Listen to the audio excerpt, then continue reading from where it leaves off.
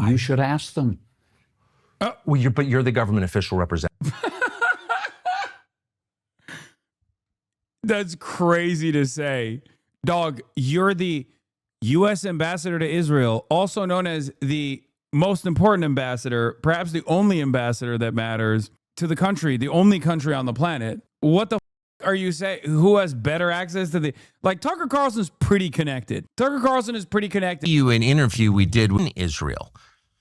In general, it's never worth talking about the backstory behind an interview. It's kind of not the point. It makes it about the interviewer, not the person being interviewed. For one thing. For another, it's not that interesting most of the time. And for another, it's kind of off the record. You know, the other person hasn't consented to you telling the story. So in general, we don't do that. Who'd want to hear that? Let the interview speak for itself. But in this case, we want to tell you just a few things about how this interview came about, because they are pretty interesting, revealing, and now weirdly relevant, apparently. So this interview with Mike Huckabee came about a couple of weeks ago on Twitter. One of our producers showed me. He said something to the effect of, "You're talking to Middle Eastern Christians, Tucker Carlson. Maybe you should talk to me. Why don't you come do an interview?" And I paused for a minute. I've thought in the past about trying to interview Mike Huckabee, whom I've known for over 30 years and worked adjacent to at Fox.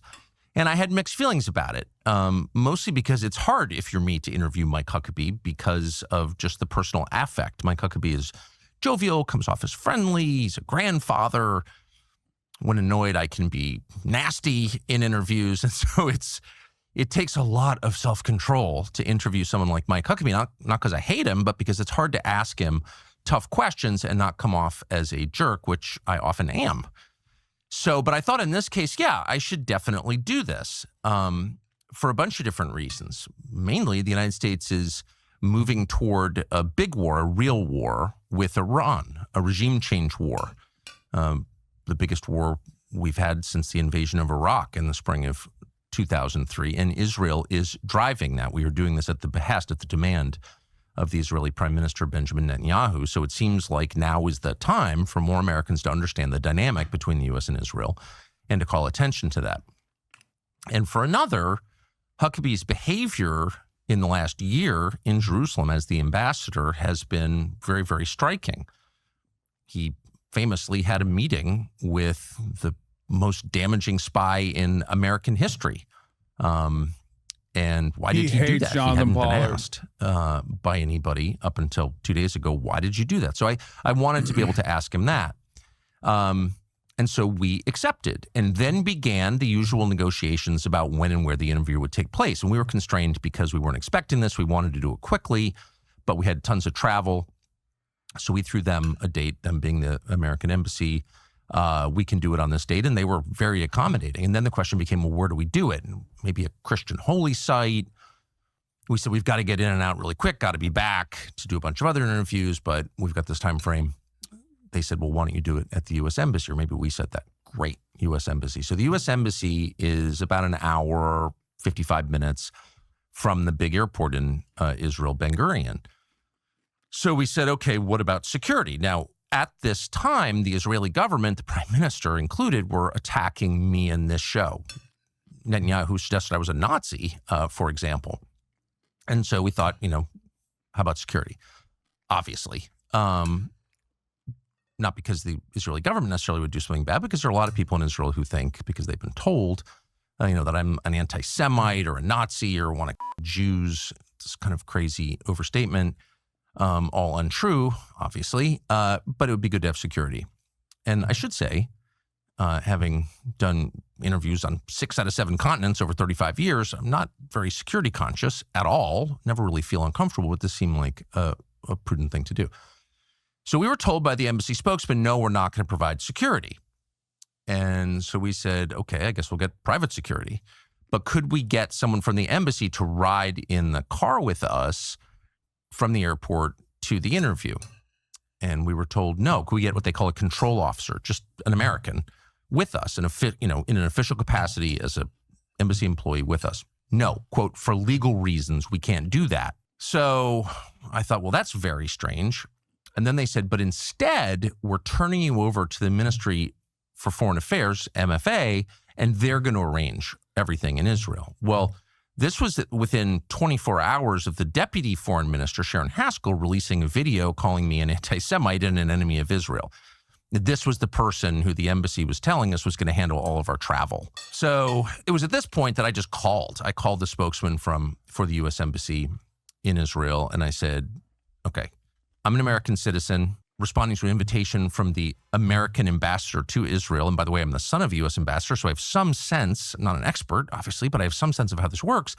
And I think that the U.S. ambassador has discretion to send somebody from his office to the airport to accompany someone in.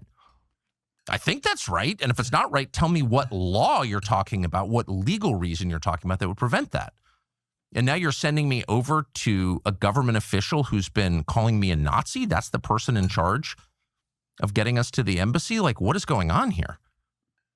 And the embassy spokesman, who's totally nice, said, well, this was the decision of someone called David Brownstein. He's the DCM, the number 2 guy in the embassy. And I said, well, put him on a text exchange. Like, what is going on here?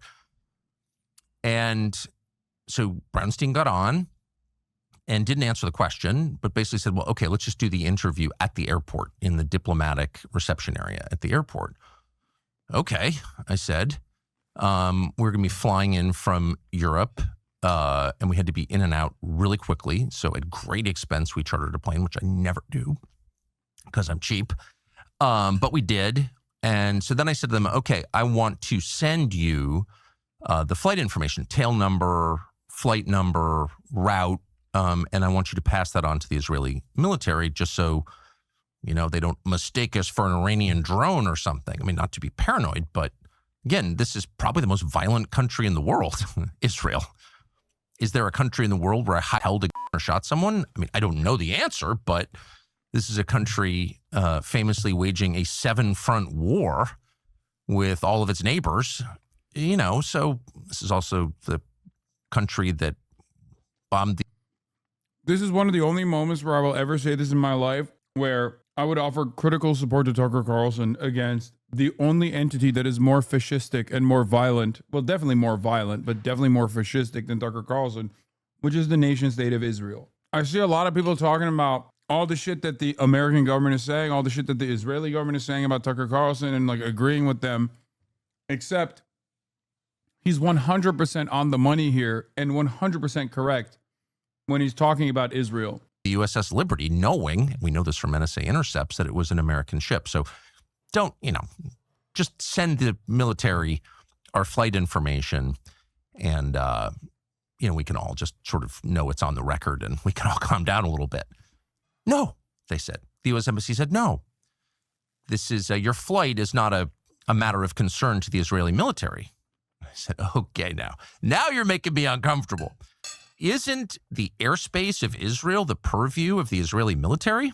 Aren't they in charge of maintaining the integrity of their airspace? When you fly over the country of Israel or any country, its military keeps track of you because that's their job. So why wouldn't you send our flight information to the Israeli military? You're making me nervous. I sent this exchange. I took a screenshot of it and sent it to a bunch of people, including in the U.S. government, because I'm not a paranoid person and I'm not a jumpy person. I said, is this weird behavior? Yeah, it's really weird behavior. All of them said that. So I got pretty aggressive and just said, look, you got to do this. Okay. And they, to their credit, got back to us and said, yes, we will do that. But I just thought that was completely bizarre and menacing, by the way. Now, at the same time, and I think this is relevant, certainly it goes to motive, I was attempting to set up a meeting, as I have been for the past 3 months, with the Prime Minister of Israel, Benjamin Netanyahu, who I've dealt with a lot in the past, and who denounced me as a Nazi. The woke Reich. And why was I trying to do that? Not an interview. I knew he wouldn't sit for an interview, but I wanted just to meet with him in person. One, to show that I'm willing to go to Israel. I don't hate Israel as a country. But two, just to say directly to him, this is bad. This should be de-escalated. This kind of rhetoric doesn't help anybody. Calling me specifically, a Nazi and an anti-Semite when you know that I'm not. By the way, if I was, I would just admit it. I've said many times I think anti-Semitism is immoral. It's against my religion. just as hating any group on the basis of their bloodline is immoral.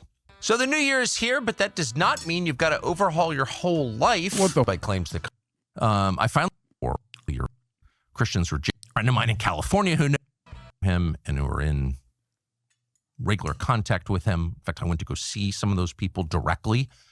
Please, can you help me get a sit down for 5 minutes with Benjamin Netanyahu? And I probably called or met with 6, 7, 8, maybe more people on this question.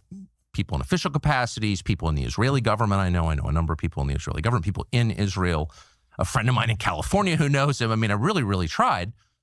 And I did so for 2 reasons. One, because there was a threat to my family. The Israeli government and Netanyahu himself tried to punish 2 members of my family. I won't be more specific, but actually punish 2 members of my family because he has said in public many times, believes in blood guilt, Amalek. You know, when someone commits a crime against you, you punish not.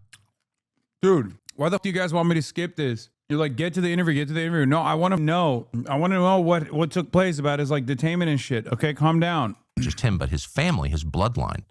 There's no idea that's less Western than that, more anti-Christian than that. Christians reject that. Netanyahu doesn't. That's why he's talking about Amalek. And he was going after my family, literally. So I felt very threatened by that. But moreover, I think it's bad for my country to have people using that kind of language. Round them up, bring them to the camps, gas chambers, Nazis, Yeah, that language is what's scary for our country.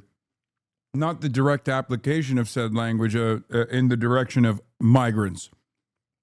Tucker loves that shit. He just hates it when someone is, falsely calling him that, only falsely in this unique instance where he's correctly interpreting Israel's actions as unjustifiable. Semitism, it scares the heck out of people. It makes people crazy and hysterical. And certainly in my case, none of that is true. I hate collective punishment. I hate attacking people on the basis of their bloodline. I hate anti-Semitism and anti-white racism and all of this, or any kind of racism, period. And I've said that a lot. So using that kind of language against someone who is not fundamentally your enemy, who just, in my case, I want Christians in areas controlled by Israel to be treated with dignity, to have rights. And I don't want the U.S. government involved in a war, a regime change war with Iran. Those are my priorities, and I've said them out loud. He's like, yeah, not even the Muslims, just the Christians. But I have no secret agenda. So to attack me as a Nazi for saying that suggests a total unwillingness to compromise. Anyone who doesn't agree with us 100% must be destroyed. His family must be attacked, my family, and must be written off as a Nazi. Well, when you do that, it makes people hysterical. It increases the temperature to a point that, someone's going to get hurt if you keep talking that way. And it's just bad. It's bad for the United States. It's bad for the world. So I wanted to deliver that message. I finally wound up talking to a guy called Yoram Hazony, who is an Israeli who famously organizes the American National Conservatism conferences.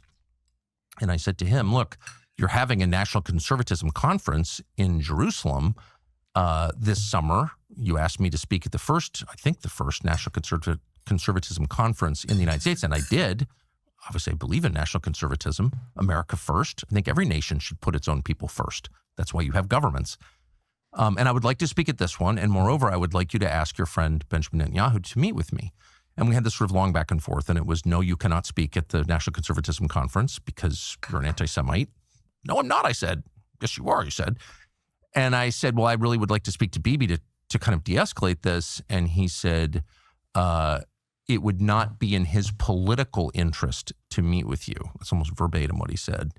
Therefore, no. So then I realized, you're dealing with people who are unreasonable, who are inflexible, who are in fact fanatical. And then add to that, of course, I think it's pretty nutty that a random podcaster is like, hey, Adolf Hitler, I just want to have one conversation with you. Okay. Like every part of this story is so insane to me. And yet, because it's the United States of America and like podcasters become the FBI director it kind of doesn't, podcasting is the highest thing you can be. A podcaster is the highest thing you can be. And Benjamin Netanyahu has talked to podcasters before, like the Nelk Boys. So while the entire story is completely fucking psychotic, I guess it makes sense that a podcaster would be asking for this experience. That my tax dollars are paying them. It's all pretty distressing. So that was the backdrop behind our very brief and highly intense trip to Israel. So we show up on Wednesday, fly in from Europe, again at great expense, and show up at the diplomatic terminal at Ben Gurion Airport where this interview is going to take place, which is bizarre in itself. A filthy building. The windows are so dirty in the terminal you can't see out them barely. There's like exposed drywall. The whole thing is depressing and grim. There's litter outside. Like, what is this? This is the diplomatic terminal in Israel. I thought that was very strange. Having been in a lot of diplomatic terminals, I've never seen a rattier one. We go in, and Huckabee's there. And of course, he's totally friendly, as he always is. Very, very friendly guy, and cheerful. And we sort of chat. And the whole place is filled with these guys in T-shirts, thuggish looking guys in T-shirts who are some kind of security. So we do the interview. You're about to watch it. It's very long, at 2.5 hours-ish, and I try my hardest to be friendly. I think I kind of succeeded. You can judge for yourself. But I really got the sense, and again, you can decide as you watch it, that Huckabee was not able to answer any of the questions, but also not really in charge. You really got the feeling of a guy sort of trying his best to repeat the talking points, but very constrained, like unable to say certain things, not because those things might harm the interests of the U.S. government. He was happy to attack, for example, the U.S. military and say they're more brutal than the Israeli military. Okay. But unwilling to say certain things because they might reflect poorly on the Israeli government. And you sort of thinking about this for a second, you're like, wait, you're the U.S. ambassador. You're our representative to a foreign country. Why is your red line criticism of that country? Shouldn't you be representing us? And it was very obvious he was representing the Israelis. Obvious. And again, you can judge for yourself. But anyway, so we do this interview. It was cordial. And at the end, we're set to fly out. We have a time. We have to get out. And the plane is sitting right outside. And we're ready to go. And for some reason, the Israelis still have our passports. There are 5 of us there. And 4 of us are flying out on this plane. One's flying out commercial with our gear. So my business partner and I, sort of standing there, we've never left the airport, never went anywhere. But our 2 producers have spent the night before in Tel Aviv. And they're called into rooms and given the 3rd degree. Now, keep in mind, they're about to get on a plane and leave. In fact, we're late. We have to get out of there. We have a slot to get out. And security, whoever this is, won't let them go. So I don't really know what's going on at this point. I'm like, where are our guys? We got to get out of here. So one of them comes out and he says, that was the weirdest experience in my life. They asked me questions about the interview. Who did you speak to? Keep in mind, this was like 8 feet from where we did the interview. Well, the U.S. ambassador. I'm like, Huckabee, what did you talk about? Why did you ask those questions? Was it a hostile interview? And of course, everything in the diplomatic terminal is taped. Everything in Israel is taped. It's a police state. It's a surveillance state, obviously. You go to Israel, they put software on your phone. Everybody knows this. Okay, they're constantly spying on you more than probably any other country. And so they know the answers to these questions. But they're asking my producer, like, I just don't understand, like, who in their right mind would ever go to fucking Israel? Like, it just doesn't make any sense. Scrub back. No, dude, come on. It's 2 hours and 30 fucking minutes. Okay, stop. Also, half of the shit that he's complaining about is already happening in America as well. And he loves it when it's happening in America. Where do you work? How many people work there? Do you go to the office? Where is the office? What are their names? They're doing like an intel op and a humiliation exercise on my producer. This isn't security. We're leaving right now. And they're holding his passport. The interrogator is holding the passport in his hand as he's asking these questions. So he's telling me this. And I said, this is the most outrageous thing I've ever heard. Huckabee's gone by this point. You're an American citizen who's just had a conversation with the U.S. ambassador, and some thug is demanding details of that conversation. And I hope you didn't answer. And he's like, no, I didn't. I don't know what to say. Meanwhile, our last guy, the youngest man who was traveling with us, our last producer, is still in a room being questioned. So I pull over one of the guys and said, we got to get out of here. So I don't know what this is about. It's outrageous. I've hated Tucker Carlson for many, many years at this point. I've said that he is one of the most cancerous entities in American politics. And I never could have ever imagined in my entire fucking life where I would, in a million years, I never thought that I would see Tucker Carlson figure in any equation. Okay. So congratulations to Israel. I mean, he is still evil.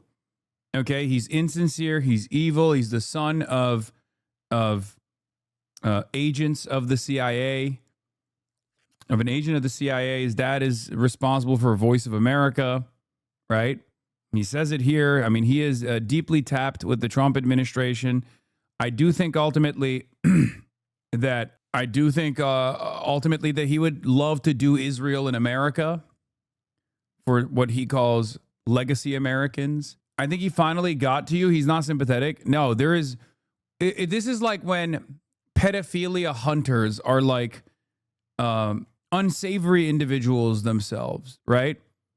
But why do they do that? Why do they go out and like hunt pedophiles, even though they're also fucking weirdos? They do that because like that's the ultimate evil, right? In the eyes of many people, that's the ultimate evil. And in this circumstance, that's what Tucker Carlson is doing. He's like the pedo hunter, except unlike with pedo hunters, as much as there is support that you can accrue for, being anti-Israel, a lot of you don't understand the downsides of being anti-Israel. I don't talk about it too much. You obviously are aware of some of it, right? You see some of it in public with like the ADL stuff, CIJA demanding I'm not allowed to enter the state of Canada, the nation state of Canada. Stuff like that is every day. But there are a lot of fucking downsides. There are a lot of downsides that I will never discuss that comes along with it. Okay? You're fine, Hasan. You're going to be okay in IA. In any case, for that reason, all I'm saying is, especially if you're a person with like, oh, inshallah. Oh, thank you. IA means inshallah. Okay, I didn't know that. Internal audit. Okay.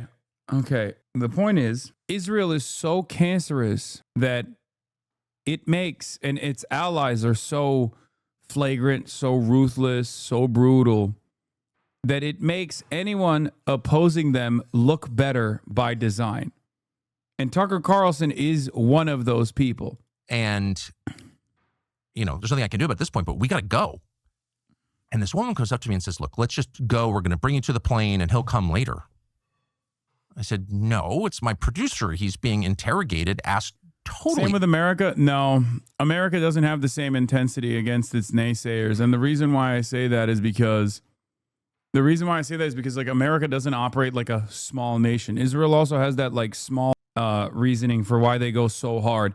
America is the most powerful nation on the planet. So if you're an American citizen and a dissident of the United States of America, like I am, Tucker is not, I actually am, right? Obviously I still get, for the time being at least, I get to travel wherever I want to.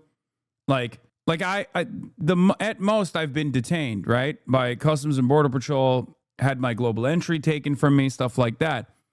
Those are setbacks. They're annoying, but it's not the end of the world for the time being, of course. I would not be able to enter the nation state of Israel, okay? There's just no world where I would be able to go to Israel. I don't want to go to Israel anyway, but there is not, like, I am perceived as a much larger threat to the state of Israel than I am to the United States of America, because the United States of America is immensely powerful. Do you understand?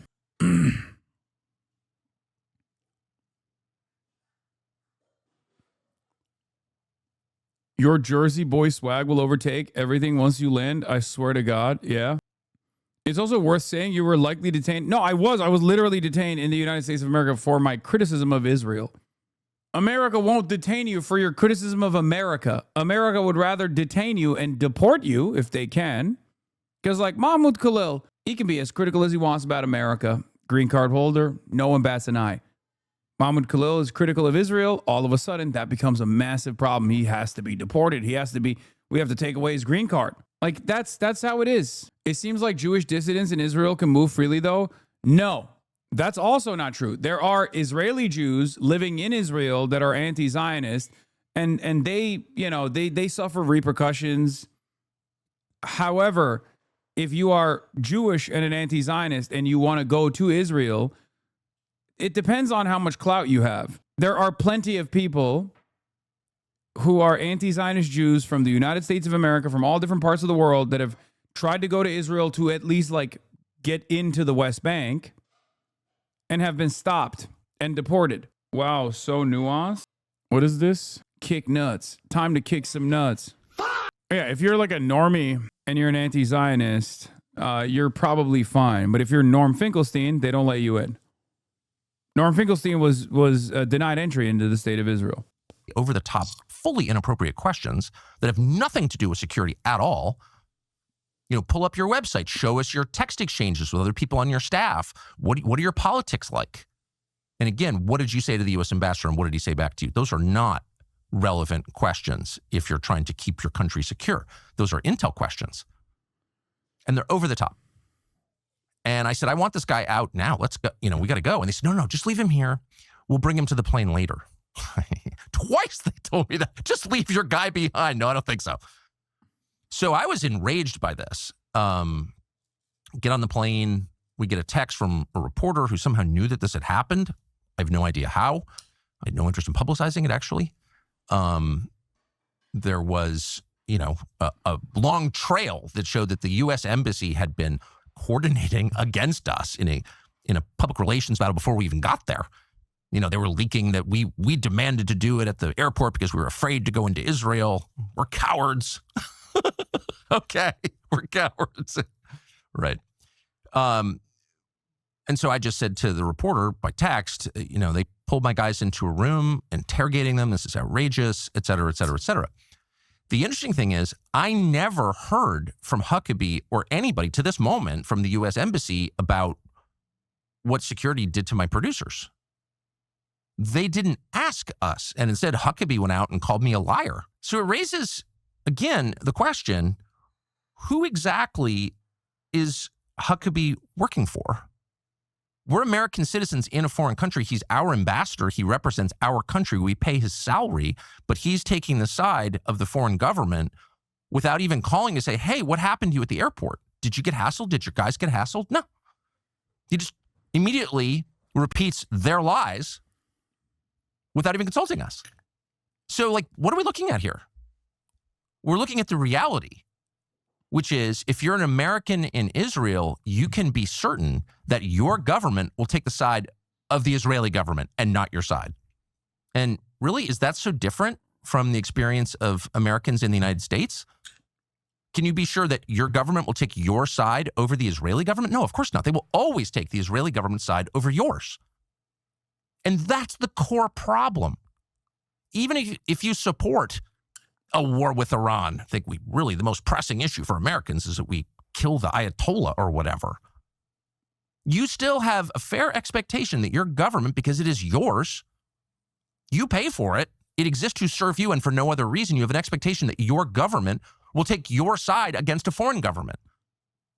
But the daily lived reality, the obvious truth, visible to every single American, is that's the opposite of reality. In fact, if you criticize Israel in your country, your government will work to censor you. If there's a standoff between you and Bibi, you know whose side your government's going to take, Bibi's side. That is not sustainable. That is too humiliating.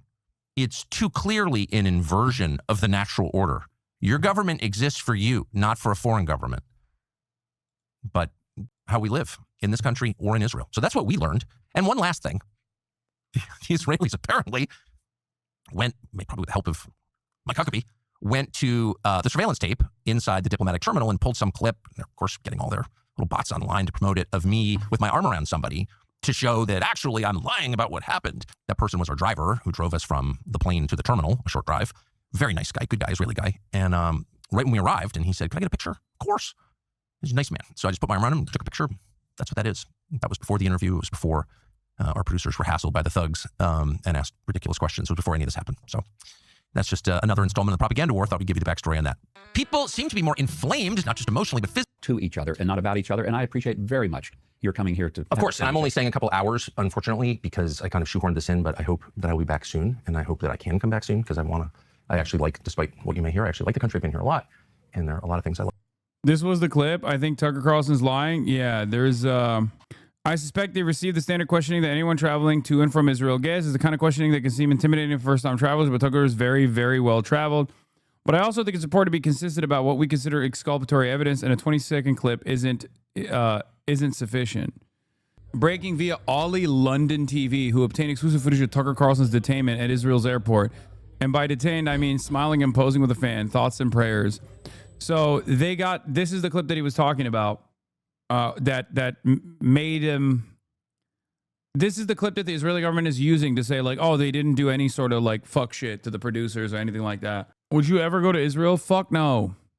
Yeah, I'll go to Palestine. There are some really, really powerful moments from this interview. We'll start here and then we'll go to some of the high notes in a second. Love about it. And I want to talk to people in it for like a week. Only 38,000 likes in 7 hours? Wait, what? What are you talking about? This is 500,000 views in 7 hours. It is absolutely not being suppressed. Good. And get a better sense of it. So I want to ask you, everyone I've talked to in preparation for this has said the same thing. Jonathan Pollard? Yeah. I'm just going to throw the name to you and have you explain. No, I'm glad you asked. You know, interestingly, there's been a lot of things about it. You're the first person who has asked me about it, which I find amazing. So I'm glad you did. Really? Yeah, the very first Good. person. Well, it's better to like hear it. Sure. I met Jonathan Pollard 2 times. Once I was making a speech in Jerusalem. This has been a few years ago. His wife was still alive at the time, and he was there. And someone introduced me to him and his wife. I said hello to them. That was it. Hi. Nice to meet Esther, his wife, and that was it. I went and made my speech, and I left. Later, his wife passed away here in Israel, and I sent him a note and just said, I'm sorry to hear about your wife. I remember meeting her at the hotel, and sorry to hear it. He then asked, could he come and see me? He wanted to come and thank me for being kind to him. He came to the embassy. I think we met for maybe 30 minutes. We had a nice, pleasant visit. The funny thing was the New York Times reported that it was a secret meeting. Tucker, if you've ever been to the U.S. Embassy, you would know there's no such thing as a secret meeting at the U.S. Embassy. Sure. There are cameras everywhere. You walk through Marines, you walk through security, you walk through the front office, and there's a dozen or more people that are going to check you out when you come. And before you get there, you're going to have to give us your passport information. You're going to have to be vetted and screened and all of this stuff. So the idea that it was secret was ludicrous. The whole idea is, look, Jonathan Pollard did something that was terribly wrong. He sold secrets. He shouldn't have done it. He was sentenced to 30 years in prison and spent 30, actually was, I think he was sentenced to spend 30 years in prison. Most people convicted of something similar, which was one count, I believe, would have spent 2 to 4, but he spent 30. I don't have a problem with him spending 30 because I think what he did was despicable. I'm not defending anything about what he did. But even people like the former director of the CIA, a number of other senators on the Senate Foreign Relations of the Senate Intel Committee said that he should be allowed to leave and move to Israel if he wanted to. So it, to me, was not as big a deal that I had this basically courtesy meeting. He wanted to thank me for being nice to him when his wife died. That's pretty much the story. You advocated for his release when you ran for, I remember it, in 2011, long before he had served 30 years. And I agree with you that there are a lot of people languishing in prison, in our country and in this country, in many countries, for longer periods than they deserve. And I think it's a Christian impulse to. Yeah, no, Tucker is a real Christian, as we know. He famously is very woke. To want to see them free. But this was the greatest traitor in modern American history who sold our battle plans against the Soviet Union, our main enemy in the Cold War, to the Israeli government, which according to our Reagan CIA director, Bill Casey, then gave them to the Soviet Union. So this was the most profound betrayal of the United States in my lifetime. Why advocate for that guy's release before he serves his full sentence? If that were the case in 2011, it would have been because I had a number of friends that suggested that he had more than served time, and he didn't want to live in the U.S. anymore. He wanted to live in Israel. And but my association with him, again, I had never met him until I met him in Jerusalem at a hotel. That was the first time I had ever encountered him. I'm friends with 1 million bad people, or I've talked to 1 million bad people. I'm sitting here with you. Right. I mean, come on. I mean, Jesus ain't with tax collectors. So I Trust me, do not judge people who are friends or know or enjoy the company of immoral people, because it's not an endorsement of their immoral behavior. Pollard is different, I think, once you become U.S. ambassador, the representative of the President of the United States in the United States of America in a foreign country, and then you invite not only the most damaging betrayer in our lifetimes, but also a guy who continues to advocate for betrayal. So he gave an interview, as I know you know, in 2021 to Israeli media, in which he said, I would encourage Jewish Americans with security clearances to spy for Mossad against their own country, the United States, because, and I'm pretty much quoting him, all Jews should have dual loyalty. That's not repentance. That's not someone who feels bad. He did say that. Jonathan Pollard literally said that, which is fucking crazy. Bad about what he did. That's someone who's encouraging American Jews to betray their country.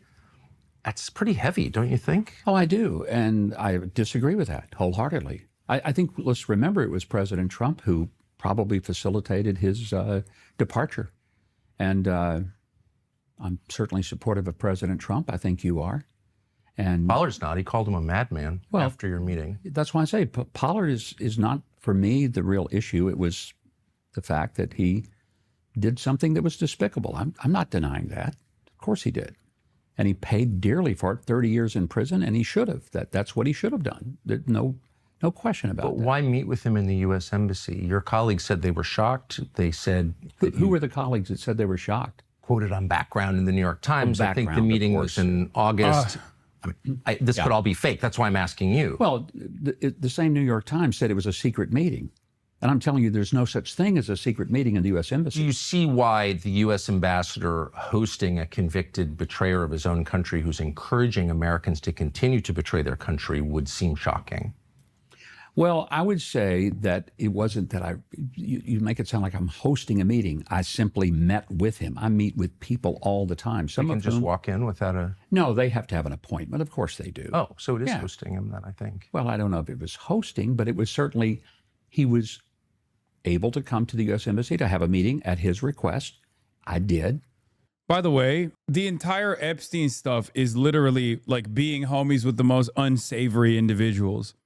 So yeah, I do think it kind of like it depends on like what the interaction is and what the involvement is. But if it walks like a duck and it quacks like a duck, it's probably a duck, right? Like I'm sure there were people that have been in the vicinity of Jeffrey Epstein in the past that were very critical of him or hated him or whatever the fuck, right? And the same goes for Jonathan Pollard. It's just you're Mike Huckabee. You know, you invited him, you like him, you agree with him. You are one of the most insane ultra-Zionists out there. And frankly, I don't regret it. Over the course of the time I've been here, and we'll meet with a lot more. That's it. So if you spend the evening, there have been Americans in prison in Israel. There have also been, and there continue to be, dozens and dozens and dozens of Huckabee, intelligence asset, yes. Chatter, he's literally the U.S. ambassador to Israel. Or more like the Israeli ambassador to the United States.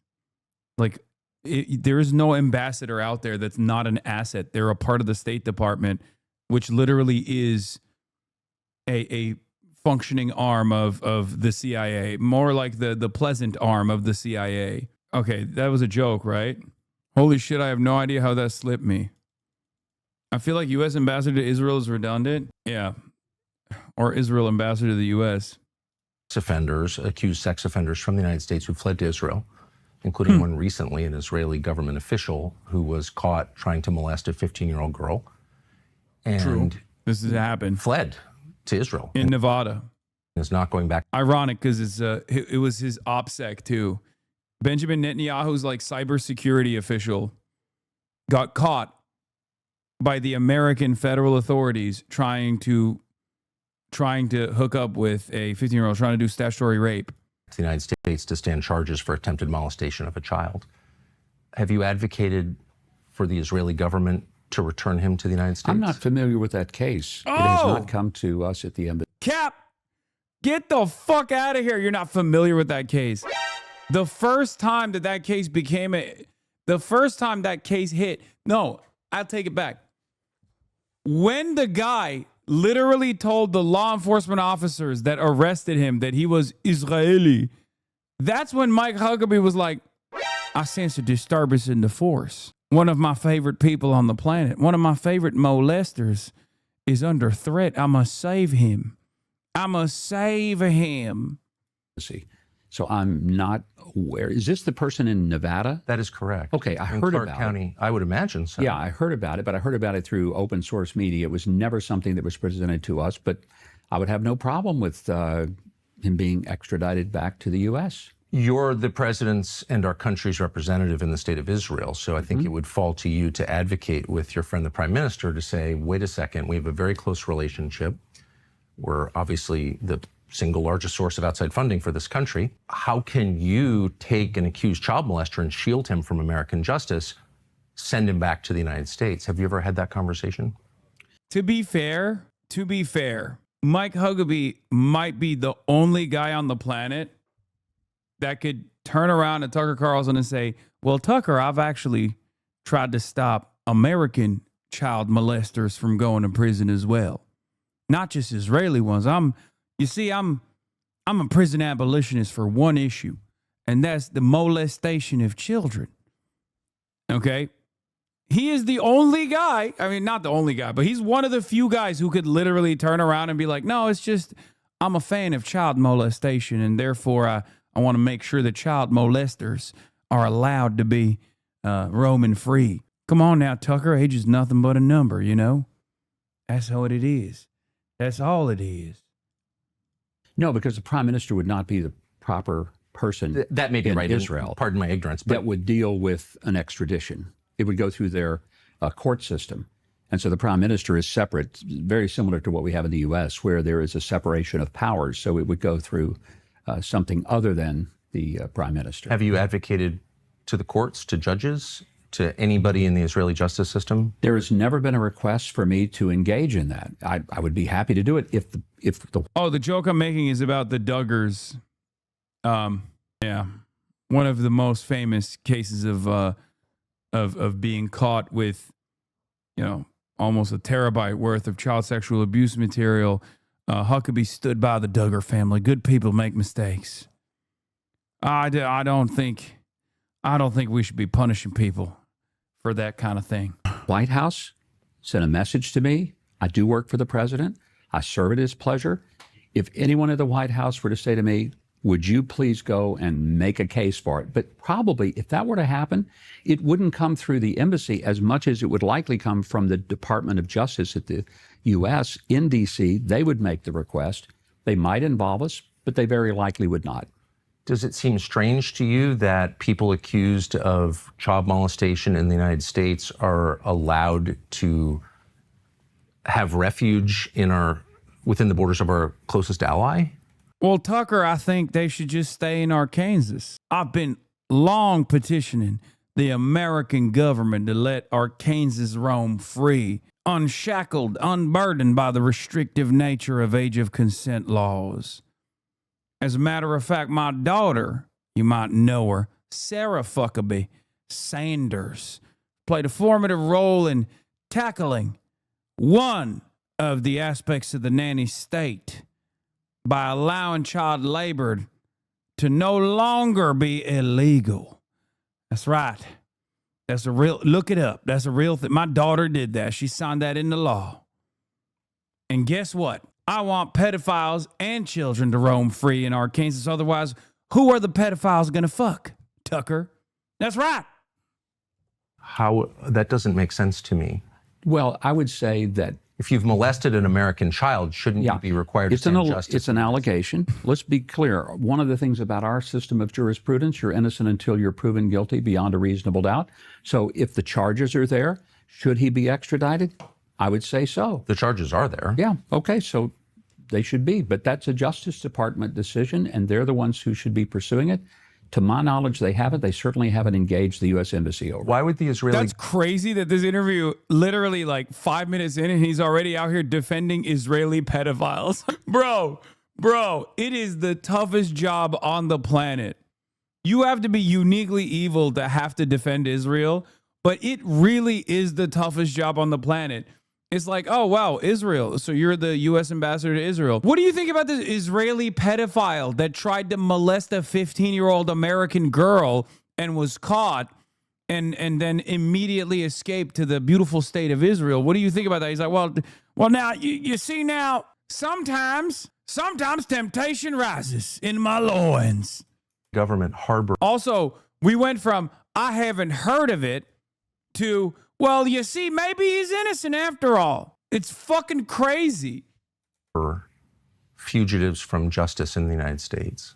I'm not sure that there are dozens and dozens and dozens. And in fact, there's an Israeli group that keeps track of them that is dedicated, Jewish Israeli group dedicated to combating the molestation of children, and keeps a long list. And you can look it up. And I hope you're not saying that you think the Israelis support the molestation of children. Obviously, I'm not saying that. Okay, I'm saying that the Israeli government shields accused child molesters from justice in the United States. I'm not sure I could say that that's something that is provable. I don't know. But I am not aware. Well, you see, Michael, the entire reason for why there are Israeli Jewish organizations that specifically try to combat this thing is because it does happen a lot. So much so that even the American media that would normally obviously, shy away from criticizing the state of Israel has written extensively about how Israel is seen as a pedophile safe haven of sorts. That's not my assessment. I would never say such unkind words about the most beautiful nation state on the planet, Israel. Am Israel high? Am Israel high? Am Israel high? Please don't, hopefully my internet doesn't go out. But that's not my statement on the matter. Oh, that's CBS News. Now, this is pre-Barry Weiss. How Jewish American pedophiles hide from justice in Israel. A widespread problem. Just, that's Barry Weiss, currently Barry Weiss's own outlet. KD coming in with drones as we speak. So it's just, Hasan clipped this. It's gone next Tuesday. Nah. Aware that the Israeli government is shielding people. You obviously want to sleep well and oh, come on, man. This guy fucking slammed ads everywhere. And I've written it down, but of course my handwriting is so terrible I can't read it. But yes, he is an Israeli, I believe, cybersecurity official who was at a conference in Las Vegas last year and was caught up in a... You see, Tucker, there it is.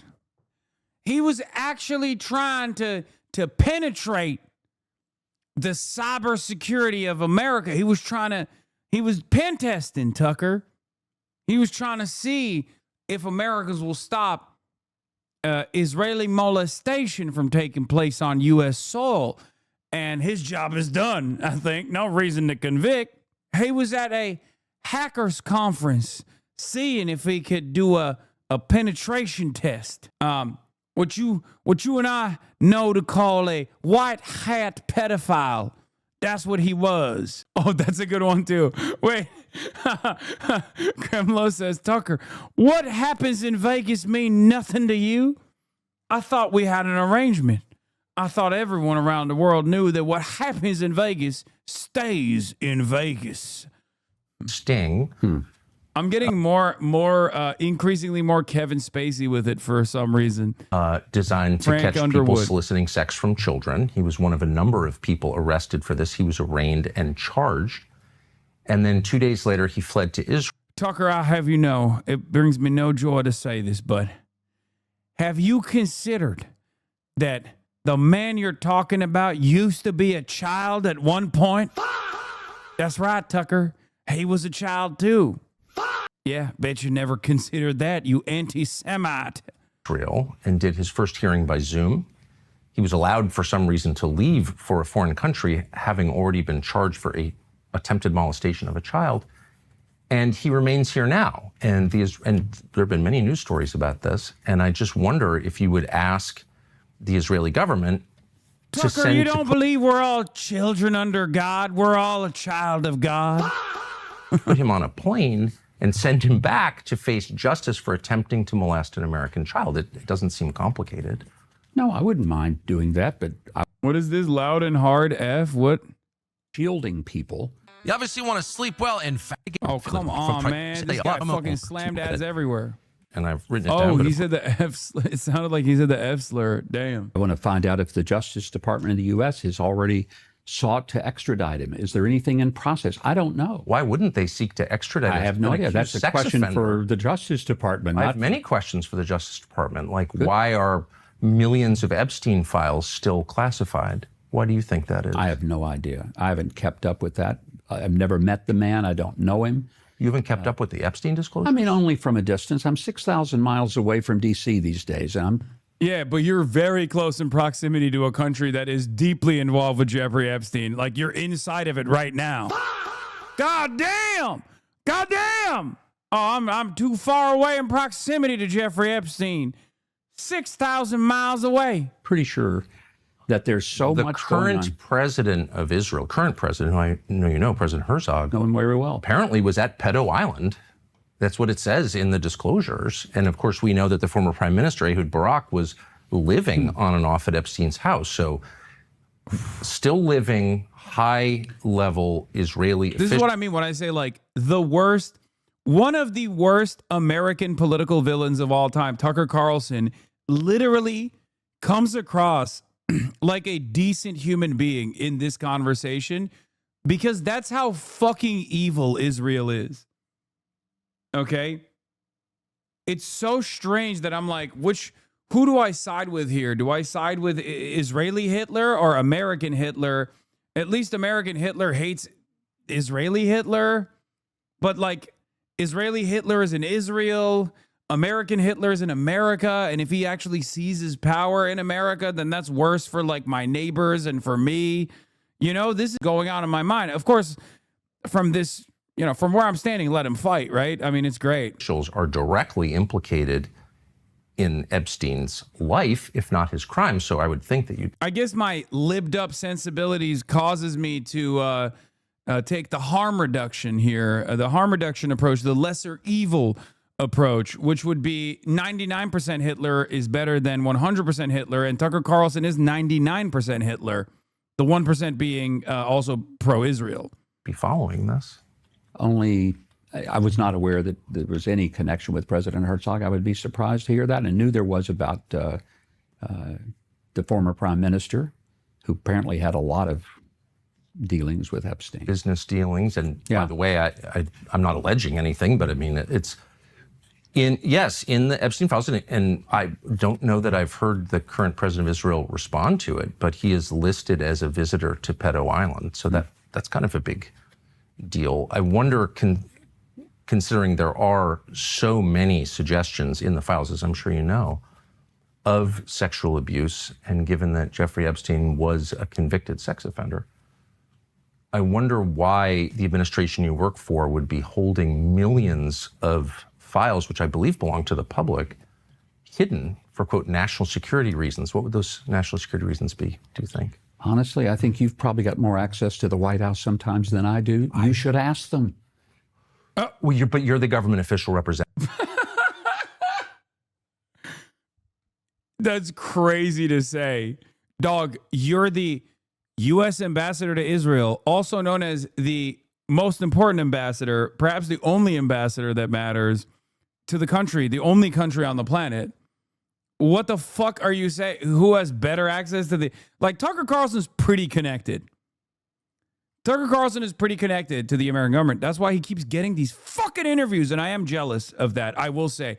Like, he was such a monster, and still is, such a monster for so long that all of these other monsters think, oh, of course I'll have a comfortable conversation with Tucker Carlson. He's Tucker Carlson. That's why he gets these guys, by the way. That's why he had that fucking Ted Cruz interview. Like, they literally think, oh, that's the devil I know. I mean, it's Tucker Carlson. Of course he's not going to go there, you know? And then he goes there and they're like, oh my God, I can't believe, oh my stars and garters. I didn't realize he was going to go that hard. Getting that White House. In Israel. And I represent the U.S. in Israel to the Israeli government from the U.S. government. But honestly, nobody has presented that to us. Well, now we have that a you pretty know that dynamic situation here. I don't know if you know that or not, But there's a lot going on in this part of the world, and frankly, that has not been top line item.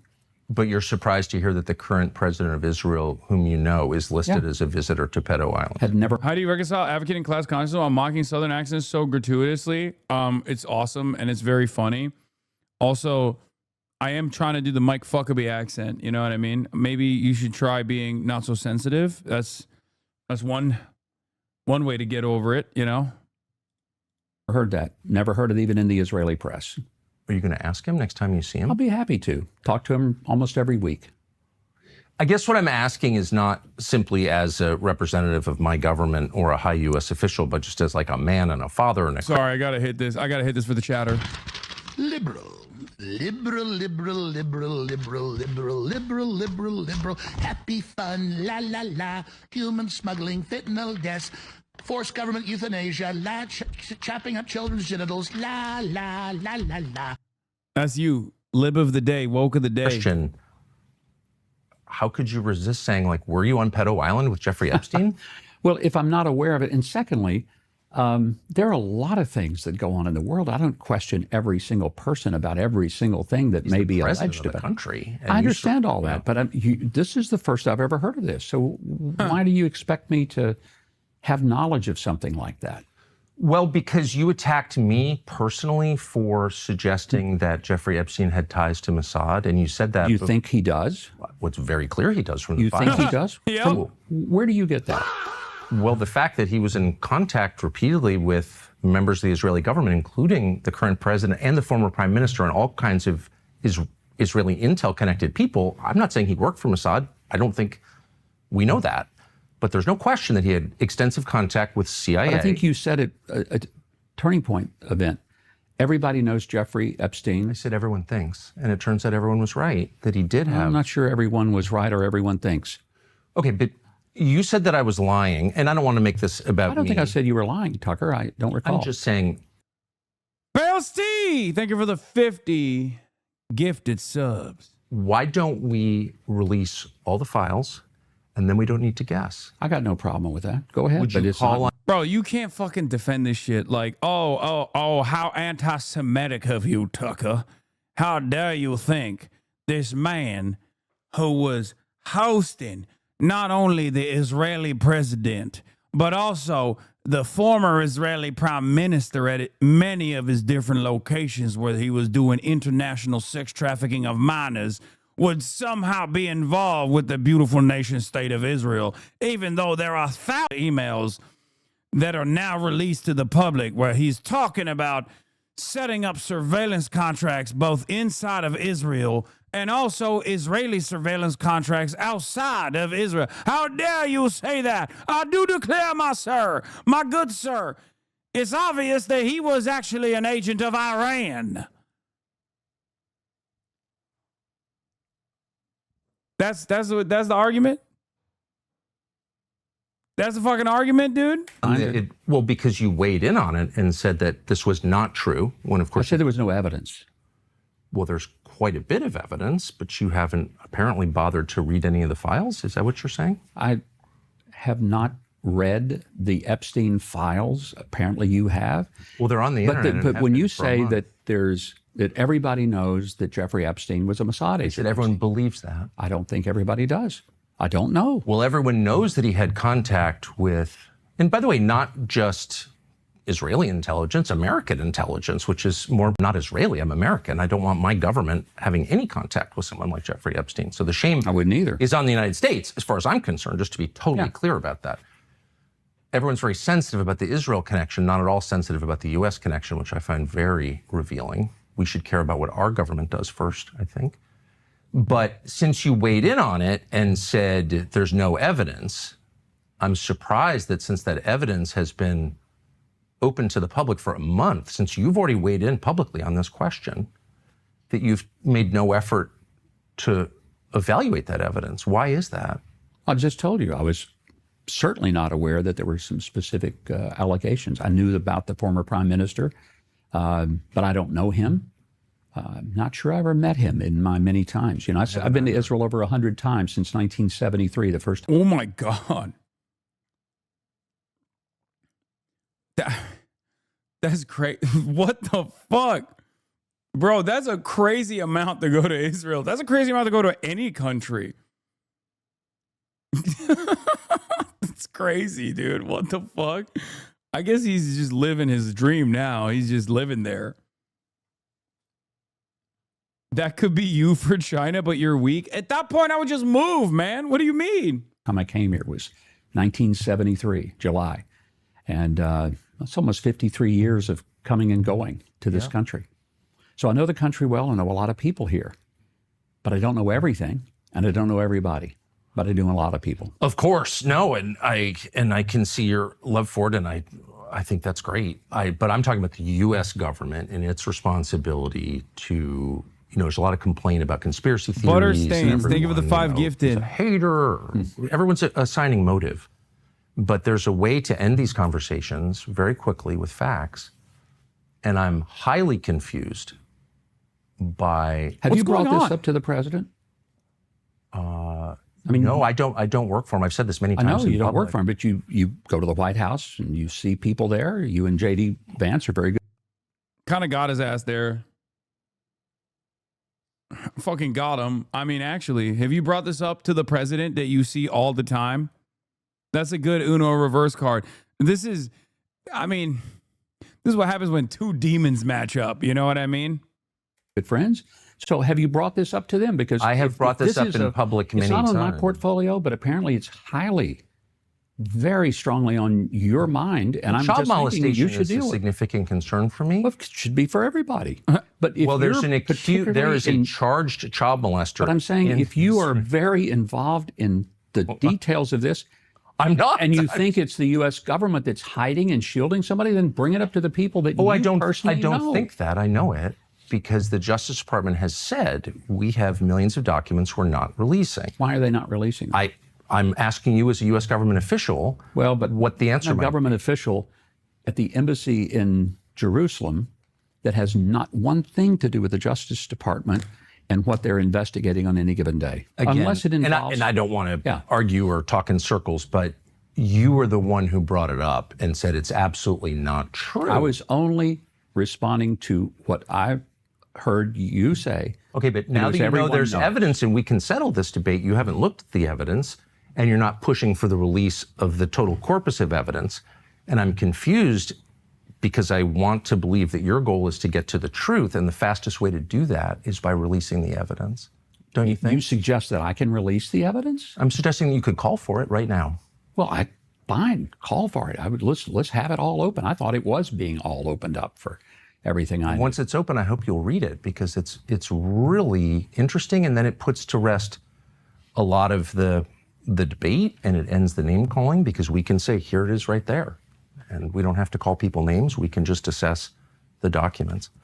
Let me ask you. But you bring it up. I hope you will bring it up to people at the White House. That I'm bringing it up right now. I'm bringing it up now, and I'm asking, I just want to say this one last time, as the U.S. ambassador to Israel, I hope that you will make a formal request to the Israeli government to send every accused sex offender in this country back to the United States to face justice.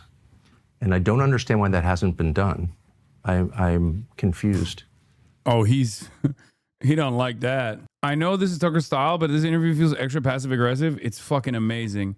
God, I could sit through this forever. I mean, this is going to do numbers in the WhatsApp unks too. Oh my God. The entire Ummah is shaking right now.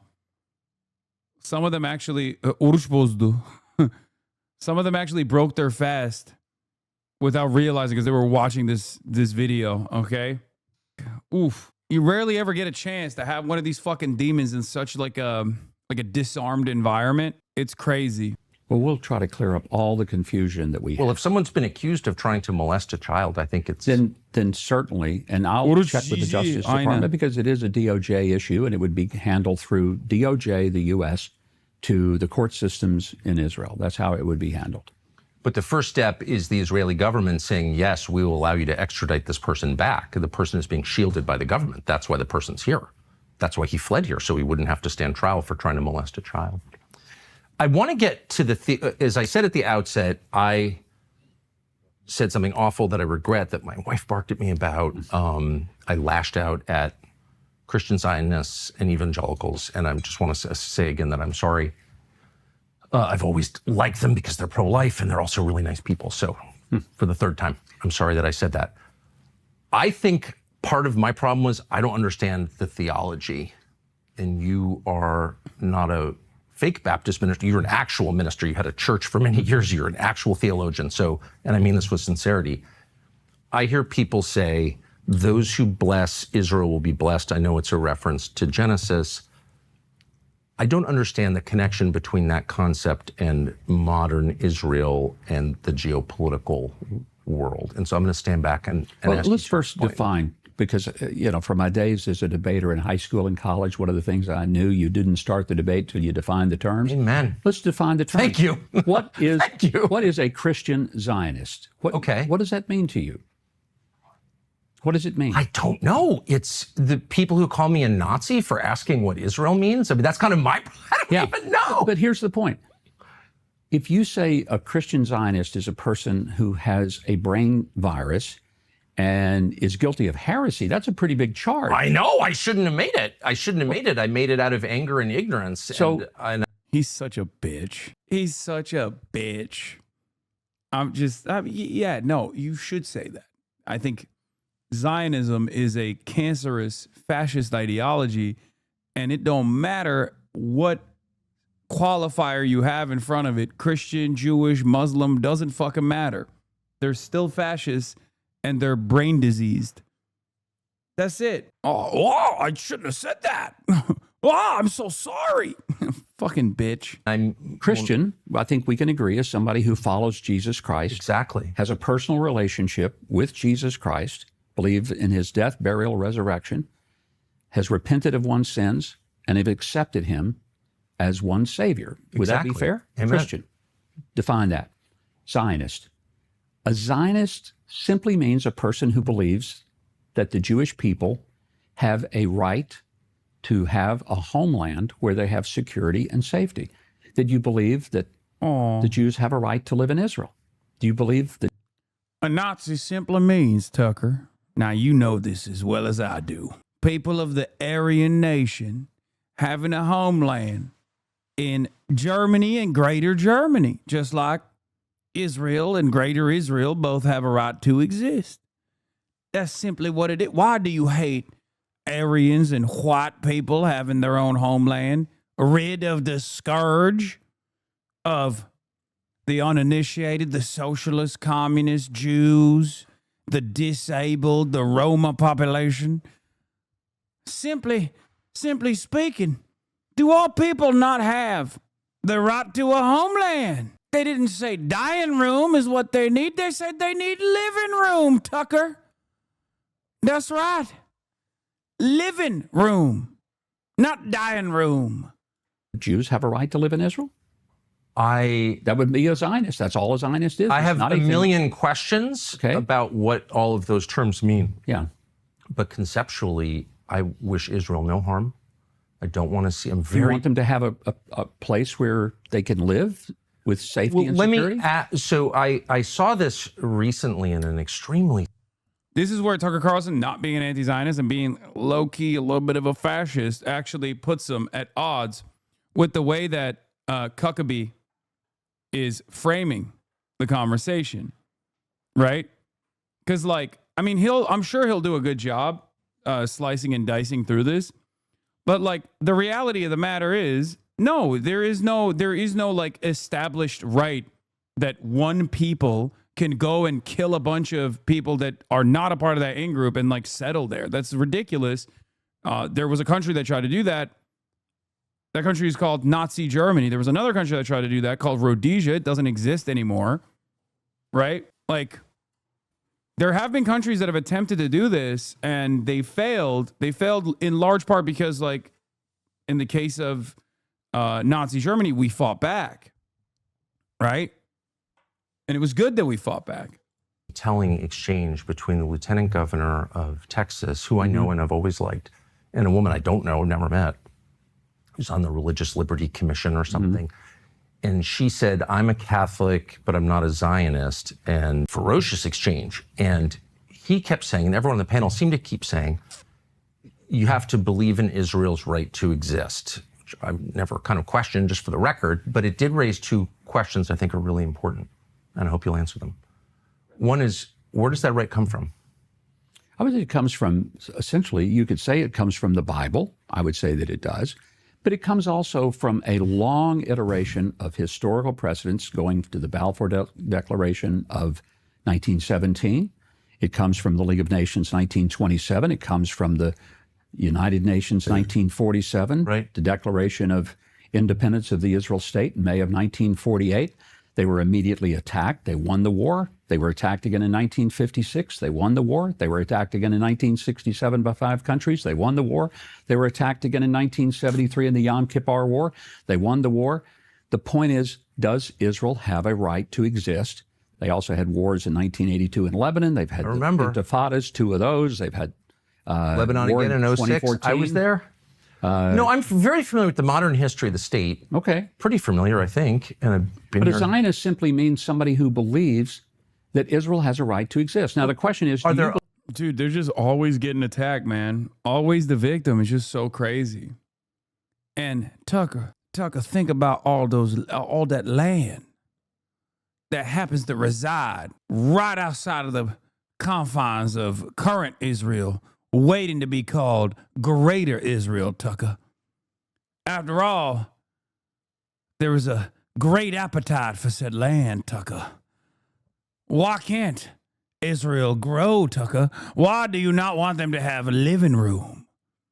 I believe Israel has a right to exist. I guess. I mean, I want Israel to exist. Well, no, but I want to know what that means. So, like, do other countries have a right to exist? Well, they do exist. Do they have a right to exist? You keep saying Israel has a right to exist, and I want to know what other countries They have a right. legal right, because every international body in the last 100 years has said the Jewish people have a right I understand. to their You explained indigenous it, but homeland. my question so that's a is, legal right. What Do other? they have a biblical right? I would say that yes, but you may say they don't. I don't know. I'm actually Okay. sincerely interested in finding out what you mean by a biblical right. But first, to the legal right, does any other country on the planet have the same right that Israel has to exist? Well, you could say, does Jordan have a right to exist? When it was Transjordan and the Brits came and divided up the Middle East, and they gave some land to Jordanians, and they gave some land to the Saudis, and they gave some land to various Middle Eastern countries, and it was all carved up. And the French gave Lebanon its right to exist. Do they have a right to exist? Do they? Well, why not? Okay. So that's my. So Yeah. every country. Does the U.S. have a right to exist? I'm asking you. Okay, and I'm telling you, I think the U.S. has a right to exist. Okay. We came here. We came there. We're Right. in Israel now talking.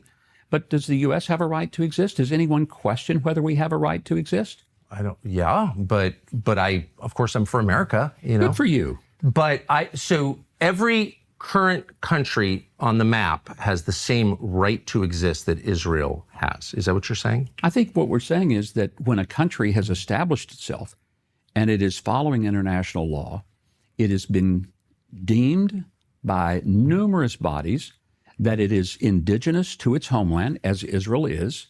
This is its homeland. It goes back 3,800 years to the time of Abraham.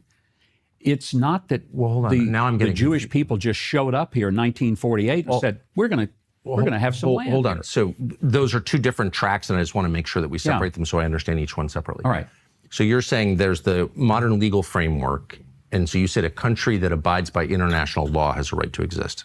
I would say that that is a part of its existence. Would the inverse be true that a country that does not abide by international law forfeits its right to exist? Not necessarily if it has the capacity to stay and make its case known. But there have been Jewish people in this land, okay, but that's a in this separate- very land, for 3,800 years. Okay. So, but you're saying as the modern nation, military and a Knesset and just all the kind of trappings of a modern country, all of which I support, that country has, every country on the planet has the same right as Israel to exist because it does exist. Is that what you're saying? I'm just trying to understand the concept here. Well, I think what we're trying to get to is Christian Zionism, and you've taken this way off the road I don't here. know that I have. I don't mean to. Christian Zionism is a separate thing, but I just keep hearing people say Zionism is the belief But that's the fundamental argument that's going on. Does Israel have a right to live in their indigenous, ancient, historical land, a land that has been affirmed throughout international organizations, a land that has direct ties to the Jewish people? I just want to know if this is a universal principle. I guess that's what I'm getting. It's boring. No, Israel doesn't fucking care about international rights at all. Why the fuck should we act like they care about it only when it benefits the existence of the state of Israel? No nation has a right to exist as a fucking ethnic enclave built on top of an indigenous population that it's ethnically cleansing. What is this fucking argument, dude? And if the answer to the counter to that is, well, America became what it is because of that, then you say, yeah, that was a horrifying, evil thing that the early settlers did. Does it, like the Nazis did the Holocaust, does that mean we can do another Holocaust? Should we do another Holocaust? Do you not have an opinion separated from, well, other countries did it too? Do two wrongs make a right? Well, I mean, I guess he would say, yeah, Israel has a right to do a Holocaust. After all, it was done to the Jews, and therefore Israel can do a Holocaust. That's why I defend Israel all the time. It's just like, it's such a stupid back and forth. Like, oh, does this country have a right to exist? Does that country have a right to exist?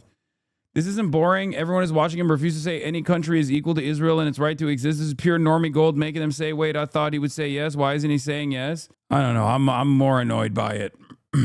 Yeah, because if it's not, then it's meaningless to me. Because as a Christian, I believe in universal principles. Something is right for everyone, or it's wrong for everyone. We don't believe in special cases. But here's the question. If the Jews didn't have this land, would the Jews have a right to any land?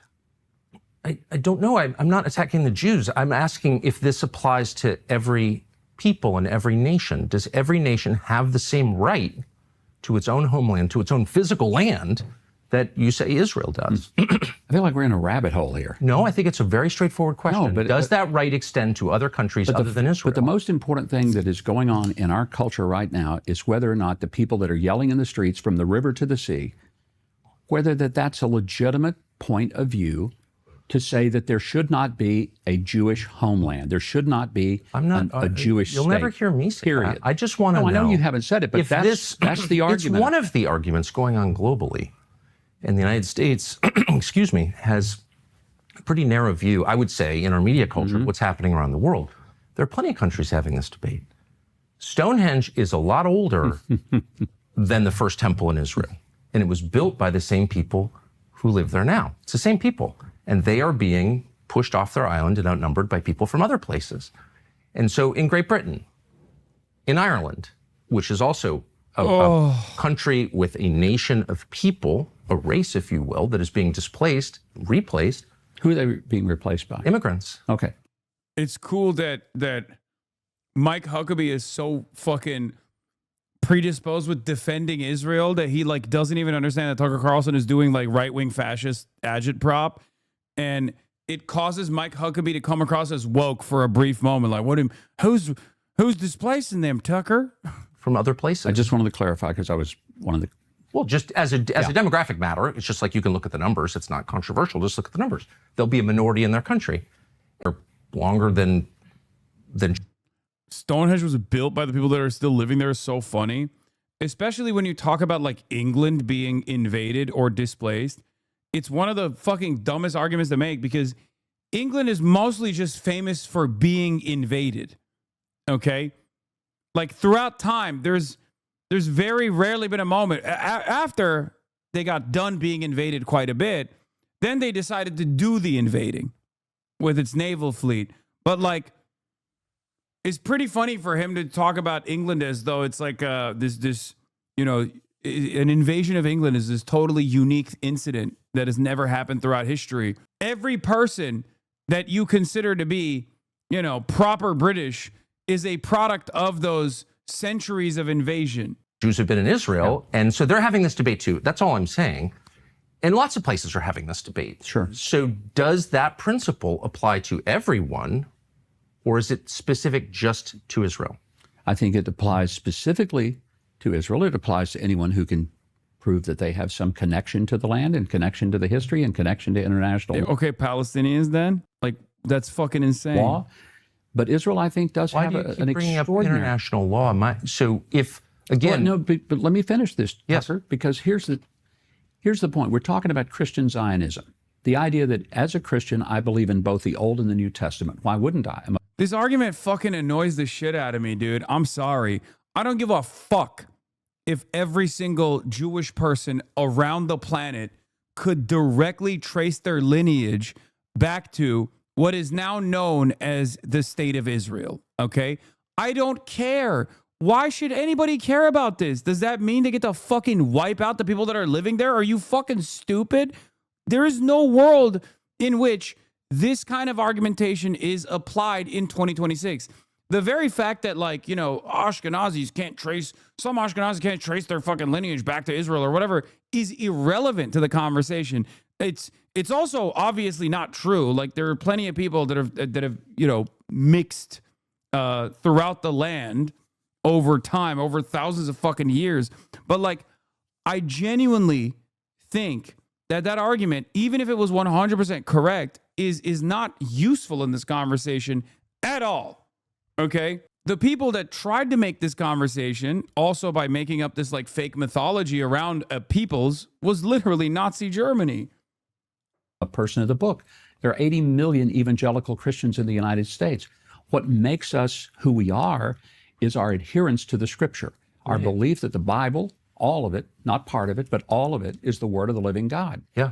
So if I believe in the Old and the New Testament, I do believe that there is a very specific call to the Jewish people that started with Abraham, and he called them out of what is now modern-day Iraq, said, "Come where I send you." He came. This is the land. Genesis 12:3. He says, "I will bless those who bless you, curse those who curse you." In Genesis 17, he looks out at the world. He says, "Look, and this is where I'm giving you the land." I think And it's since that time, there have been people living in this land, Right. connected to that moment of history. So there is a historical connection that is unbroken. You've said that, and I want to ask you what that means a little more specifically, if that's okay. But first, let me just say that you could say the same thing of Britons who've been there in their land longer. Is anyone trying to tell the Brits they can't live there anymore? No, what's happening is... But they are saying that to the Jews. Oh, okay. But I just wonder if you would extend the same sympathy or the same principle. You seem like this is... You think I'm trying to trap you? I'm not. I'm at all trying to trap you. It'd be as simple as saying native Britons have the same... I got no problem with the native Brits having their land. Having the right to their land. But my point is, I don't know that there so- is a biblical connection for the Brits. Okay. But I would say... So that's what it comes take down that to. off the table, and I think there's still a basis for the Jews having this little bitty strip of real estate. I'm not even arguing with you. I'm just trying to, at all. I'm just trying to understand what it is that you're saying, because it's not obvious to me, and maybe it's an IQ problem, but I'm having trouble understanding this. But let me just go back to just clarify one thing. Okay. You've brought up international at least twice, maybe three times, as a basis for Israel's legitimacy. If Israel was out of compliance with international law, whatever that is, would it be less legitimate? Depends on if the law and the way it's applied is legitimate. There are some applications of so-called international law that are not legitimate. I agree. Look at the ICC or the ICJ. I agree. Utterly ridiculous. One of the reasons I'm so grateful President Trump and Secretary Rubio are pushing hard, trying to get rid of the ICC and the ICJ, is because they have become rogue organizations that are no longer really about an equal application of law and justice. I don't know enough about it to say if that's true or not. But I'm interested that you yourself appealed to international law as a basis of Israel's Well, what I'm looking legitimacy. at is the whole of the last... The Balfour Declaration is not exactly international law, by the way. It was a letter, I think. It was maybe not law, but it was a declaration. It was an assumption and a declaration that was done by Lord Balfour in Great Britain. At that time, this land was under the British mandate, and he said the Jews should have the land that was theirs from 3,800 years ago. It was simple as that. Right, and I'm not debating that. I'm just it was not international law. It was a colonial power saying, okay, but then here's how later we're it going to was divide up the international world law after under the League of fall Nations, Ottoman under the Empire. United Nations, and then because of the victories that Israel had against those who tried to annihilate them. And it wasn't just that they were trying to take a little piece of their land, they tried to annihilate them. Okay. And there is still to this day the shouts of from the river to the sea. And Tucker, that means only one thing, not the shrinking of Israel, but the annihilation of Israel. I don't think That's different. I don't think you can say that you know what it means, actually, because you don't know what's in people's hearts. So why don't we just deal with the facts? Maybe some people mean it. I know it's to in their mean that. mouths. I know it's in their minds. But I'm not, look, you'll never hear me say that. What you will hear me say is I'm confused by what the definitions are. So let's go through this. You've appealed to Genesis. Genesis 15 says it's Abram, it's pre-Abraham, it's Abram, receives from God the news that his descendants will inherit the land. And you tell me as the theologian if I'm getting this wrong, but from the Euphrates to the Nile. I think that's right. And that would include like basically the entire Middle East. That would be the Levant, so that would be Israel, Jordan, Syria, Lebanon. It would also be big parts of Saudi Arabia and Iraq. It would be, I mean... I'm not sure it would go that far. I mean, it would be a big piece of land, but here's the point. It would be a lot of places that are now countries. But this particular area that we're talking about now, Israel, is a land that God gave through Abraham to a people that he chose. It was a people, a place, and a purpose. We can look at it that way. Christian Zionism, I want to go back because that's where we started on this. I'm not going to let you off on this because you have said it 3 times that God gave this land to this people. And so it is entirely fair for me with respect to ask, what land are you talking about? Because I just read Genesis 15, as I have many times. And that land, I think it says, from the Nile to the Euphrates, which is, once again, basically the entire Middle East. So God gave that land to his people, the Jews, or he didn't. You're saying he did. What does that mean? Does Israel have the right to that land? Because you're appealing to Genesis. You're saying that's the original deed. It would be fine if they took it all. But I don't think that's what we're talking about here today. What would be fine? Well, it's exactly what we're talking about today. But here's what I don't think you think it would be fine if the state of Israel took over all of Jordan? They don't want to take it over. They're not asking to take it over. But you're saying that the reason that Israel is legitimate, has this inherent right to exist, is in part because God gave it to his people. And I am going to the same Bible that you're referring to and noticing that that is a huge piece of land.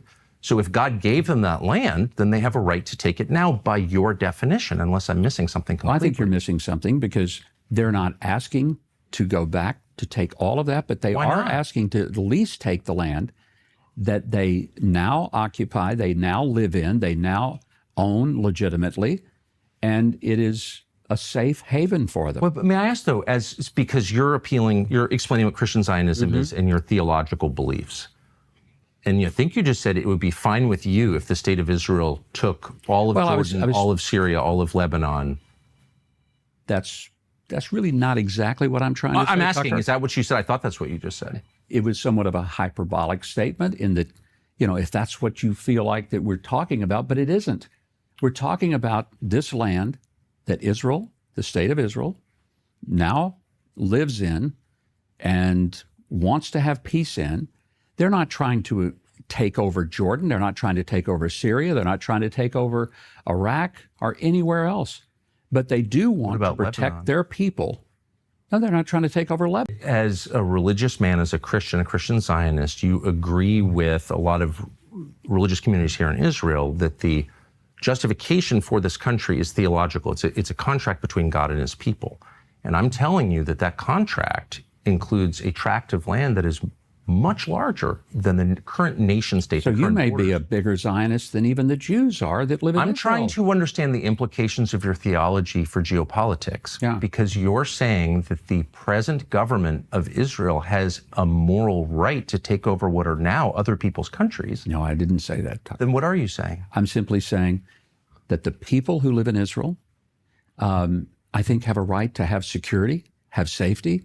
They have a right to be able to live in this land that they have a connection to for 38 I told myself when I said a prayer that I would not get annoyed, but as someone who is, the father of daughters, when I see child molesters hiding in Israel and escaping American justice, I think I have a right to safety in my country too. So you can understand that I think most people feel they have a right to safety. I do think Israel has a right to safety, and I hope that for them, and I'm sincere. But I'm an American, and I have a right to safety in my country too. Of course Don't you you do. agree? And I think so. But I just want to get to this point. If Israel were to say, God gave us in Genesis 15 all of Lebanon, all of Syria, all the way up to Iraq, would that be legitimate in your view? I don't think in this particular day and time they're asking for it. Would it be legitimate? I'm not sure that it would be. Why? Because Bro, if they said we want it, Mike very clearly is like, yeah, in the future, if they want it, they can get it. I mean, he just said it. ADL hasn't tweeted about Tucker. Isn't that interesting? you just said that Well, God because gave it I to think them. that there is an understanding that the people of Israel today, now, if they end up getting attacked by all these places and they win that war and they take that land, then okay, that's a whole nother discussion. But you and I started if they out. win it in a war, we it's started okay? talking about something simple: Christian Zionism. But it turns out it's and not now simple because the core of Christian Zionism, you said, and I'm quoting you, is the understanding, the belief, the theological understanding that Jews have a moral and legal, we went through the legal, biblical. Moral deriving from the biblical, from the promises in our Bible, which we share with the Jewish people, the first part of it, the Old Testament, that it derives from God's promise to the Jews. And so I have two questions. What are the borders of that? And who are those people in 2026? And you're not the first person I've asked, but you're the most reasonable, most gentle, most theologically informed person. So I'm really hoping for an answer. Yeah. The first question was the borders. I can't get an answer. Yeah. Those borders are. So I'm going to give up. But the second question is every bit as pressing, which is who are the people? Who are the modern? Yes. Who are the descendants? So we know, and I believe, and I agree with you as a Christian, that God promised this land from modern day Iraq to modern day Egypt to this people, the Jews, to Abram's, actually not to Abram's descendants, as it says in Genesis 15. Who are his descendants now, and how do we know who they are? I think they're the Jews, and we know. Do you guys understand why I think this argument is like kind of stupid though? Like I'm sure for like Christians that are listening in, maybe this like makes Christian Zionism look stupid. But like the argument against Israel isn't like whether or not Jews can trace their genetics back to like this historic land. You know what I mean? Like it's not. Destroying that argument doesn't actually make Israel's right to existence less valid, right? Stop calling the fairy tale argument stupid. I mean, it is stupid. Even if the fairy tale was real, it would still be stupid, right? That's my point. Like, even if this wasn't a fucking fairy tale and it was like valid, like I'm talking straight up, every single Jew can directly trace their lineage all the way back to this location, it would still not be valid. What Israel is doing would still be considered invalid. It's fucking ridiculous. I'm not doing the r/atheism argument here. Do you understand what I'm saying? I'm not saying like, oh, Santa Claus promised me, Mongolia or whatever. Okay. I'm not saying that. I'm saying even if Santa Claus very much promised me Mongolia, it was in the book of Santa Claus. I still don't have a right to go to Mongolia and kill all the Mongolians and be like, this is my land now, bitch. Sorry, sucks to suck. Like it's just so crazy. You know, yeah, jingle bells, bitch. Saint Nicholas was Turkish and he promised me Mongolia 3,000 years ago. Turks still desiring Mongolia because of epigenetic memories. Yeah, that's why I brought up Mongolia. Know who they are because they've always been a Jewish people. There has been an unbroken line of Jewish You're people. missing the argument. You're not understanding the target audience. I'm just saying it's fucking extremely relevant to any Christians who can be convinced that those are real. Those people are Palestinians. It makes them feel motivated to protect them. Ugh. Sure. I mean, to each their own, I guess. Everybody has a different way, different role to fulfill in this conversation. It's just like, I think if you're a Christian, you should not want people to be slaughtered, okay?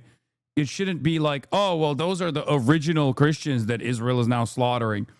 Only then am I primed and motivated to stop this slaughter. This land for 3,800 years. Sometimes not very many of them, because they were chased out all over the world. They were hunted down. They were almost annihilated during the Holocaust. They came back. To this day, Tucker, they represent, you know how many Jews there are in the whole world? Please, No, I understand. Look, first of all, the greatest genocide of Jews no one ever mentions was by the Romans, where they were literally banned from Jerusalem for 500 years. Yeah, of course. And it's all awful. And I'm opposed to all of that. I'm opposed to mass killing of anybody, period. I'm opposed to hear killing. you say that. I mean it. Yeah. And I hope I we can believe agree that. on that. I believe that. My question is, and it's not a bumper sticker answer, it's a sincere answer, how do we know? Because what you're saying is that certain people have a title to a highly contested region. They own it in some deep sense. So I think it's fair to ask, who are they and how do we know? So the current prime minister's ancestors weren't from here within recorded history. He has no deed. Bibi Netanyahu, on one side, his family's from Poland. They're from Eastern Europe. So how do we know that he has a connection to the people who God promised the land to, Abram's descendants? How do we know that? Well, if you take the genealogies that come not only from the Old but the New Testament, you see that there is a historical connection through the entirety of the Old and the New Testament that details the Jewish connection to this land. Does that include Bibi's indisputable. family? How do we know that if his family Well, if they were comes here? scattered, But how do we know it's the the- same people? No, why is that crazy? If you say to me, if they speak the same language, if they worship the same God, if they follow the same Bible, if they follow the same cultures and traditions, and they always pray next year in Jerusalem, and they pray for the peace of Jerusalem, and they pray facing toward Jerusalem, does that not give you a little bit of a clue as to who they well, are? let's go through those things, because I would like to have a rational. This is a conversation I've wanted. Bless you. Thank you for doing this. Let's just go through those things. Okay. So one of the things I admire most about Israel is they resurrected a dead language in 1948. Good for them. Well, they really didn't resurrect it. Distant. Okay, I'm not. That's not. it is That's a the compliment. I'm not slighting. No. But anybody. it is the first time in all of human history that a language has survived through this length of time. It's. I would call it. You might not, but I would call it a miracle. One of many. Okay. That you can attribute to this I language. Bruh, I don't want to say something that was going to come across as anti-Semitic. So I'm just going to say it in the nicest ways possible. Mike Huckabee is a Philo-Semite, okay? That's all I'm going to say. Like, I laugh when people talk about like goy cattle or whatever the fuck, 4chan neo-Nazis say. But Mike Huckabee is definitely a person who is more invested in Israel for Philo-Semitic reasons than anyone else I have ever encountered in my life. Okay? It is crazy. And I guess this is like evangelical Zionism is this. It's just wild to see it go through its motions in real time as the fucking cogs are turning. Like, this man does not need AIPAC money. Okay? Sure, the AIPAC money is great. Absolutely. But this man, with or without AIPAC money, is a fedayeen for the state of Israel. Okay? It really makes me understand better when I hear stuff coming from certain government officials and I'm like, what are you saying? Like, what do you actually care more about Israel than you do about your own country, for example? Like, I think Mike Huckabee, and I guess it's not anti-Semitic to say this because he isn't Jewish. Mike Huckabee cares 100 times more about Israel than he does about American citizens, his own, maybe even members of his own family. Okay, I think if there was a situation where Benjamin Netanyahu was like, you have to kill Sarah Huckabee Sanders, like you have to shoot her with this the cattle prod machine that we have, Mike Huckabee would be like, oh yes sir, yes master, I would love to do that for you. Does this advance Israel's interests an iota? Because if that's the case, I would do it gladly. Should I kill myself after? It's fucking crazy. Mike Huckabee cares about Israel more than 99% of American Jews do, with the exception of, like, I don't know, fucking Miriam Adelson or something, okay? And even then, they're going toe-to-toe. Like, Miriam Adelson's telling Mike Huckabee, like, bro, dial it back. Like, fucking Jesus Christ, dude. What are you saying? It is fucking crazy. Why don't you go as hard as Nick does on this? Because I'm not an agent of the American State Department like Nicolas Fuentes is, okay? Mr. Jeffrey Epstein is actually based. The only problem with Jeffrey Epstein is that he's Jewish. I have plenty more issues with the American State Department because I have a more complex view of the situation. What kind of fucking dumb question is that? Oh, why don't you just like shit on Jews, bro? I don't know. Maybe because I'm anti-genocide and anti-fascist, not anti-Jew. Yeah, why don't you go as hard against Israel as the neo-Nazi does, who sells Jeffrey Epstein quarter-zip merchandise, who very clearly cares more about being edgy and base than like, I don't know, making any sort of meaningful commentary about the state of Israel. Fucking idiot. This is one of the most annoying parts about like aside from the overall environment of unsafety for random Jewish people and shit, like this has been a real nuisance, a real thorn in my fucking corner of dumb fucks thinking that like the maximalist position on Israel is to be an anti-Semite. You're a fucking loser. You're an idiot. Israel loves anti-Semites. You're serving the purposes of Israel. Fucking cattle. That's what you are. You're like, oh yeah, all the edgy stuff that I learned on 4chan, which may or may not have been a fucking Jeffrey Epstein-backed psyop to brain break a bunch of young groypers and take all of the dissatisfaction into a much more manageable position and not an like actual anti-Zionist one. All you give a fuck about is being like, yeah, well, why don't we just like get rid of the Jews, bro? Say Hitler's base, bro. Nick does not hate Israel. Nick loves Israel. He's just jealous of Israel. He wants to do Israel in America, but for what he considers to be true legacy Americans. Now, whether or not Nicolas Fuentes as a homosexual Mexican man fits the part of that in-group, I do not know. He seems to think so. Some other, more Aryan versions of Nicolas Fuentes might disagree with him. He gets real bent out of shape when you bring that up. It's wonderful as someone who loves language. Netanyahu's parents did not speak Hebrew. Okay, they didn't live in this region. Netanyahu, the founders of this country, were mostly secular. Some of them were avowed atheists. They were not praying for the peace of Jerusalem. They weren't praying at all because they didn't believe in God. There's no genealogy linking their families to the people of this land 3,000 years ago. They're none. So how do we know, since they didn't share a language, they didn't share a religion, they had no religion whatsoever, how do we know that they had a right to come here from Eastern Europe and but they were take scattered. the land? They were scattered to Eastern Europe. that. They were scattered all Ethiopia. They were in Russia. They were in. Yeah, look. They're literally counting down the days until whites are a minority in America. So forgive me if I don't believe them when they talk about compassion. There's a genocide going on right now. It's not against the Jews. How many Christians are there? In Gaza, it's against How many whites. Christians are there in the world? Like me and 1 you. point some billion, Yeah, 2 billion. How many Jews are there? 15 million. Okay. So with a straight face, you're going to tell me the world is being overrun by the Jewry, by 15 million people, when there are over 1 billion Christians. There is a genocide of Christians like poor old Nick Fuentes going on at the hands of these 15 million Jews. Really? See, this attitude. Why would you lie and say he's a homosexual? Bruh. Just because he's in the closet doesn't mean he's not throwing it back. Okay? Pull up the cowboy pics. Is why you're losing. When you say Who poor am I losing old to? white people, Who these am I poor losing old to? white people. Who am I losing to? You're seeing it. Mass migration. Oh, you're losing to me. We are losing as a civilization of mass migration. And here's the difference. In Israel, they have my politics. In Israel, they want to maintain a Jewish majority.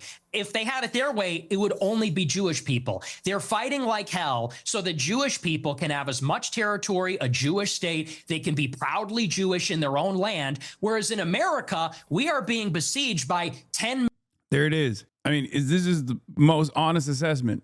million illegal immigrants in 4 years. He is And correct. Israel does have Nick Fuentes' politics. Jewish supremacist politics, exterminationist politics. Nick Fuentes, on the other hand, has a different hierarchy. He has a different in-group, out-group dynamic. That's it.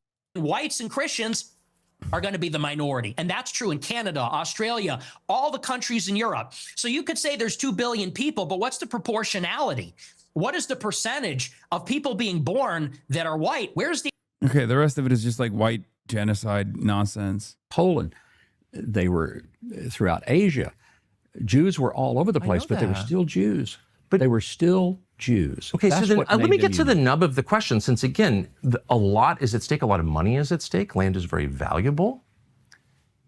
Israel has a lot of resources. By the way, if you're accused of a crime, you can hide here. That's a pretty good passport to have. It's a good thing, right? So who's entitled to it? I don't understand, and you're very discouraged in the United States from asking this question for some reason. It's a totally rational No, I'm not question. discouraged. No, you're not discouraging me. Yeah, Others do. You're like the only person I can have this conversation with. Everyone will be like, shut up, Nazi. It's a foundational question.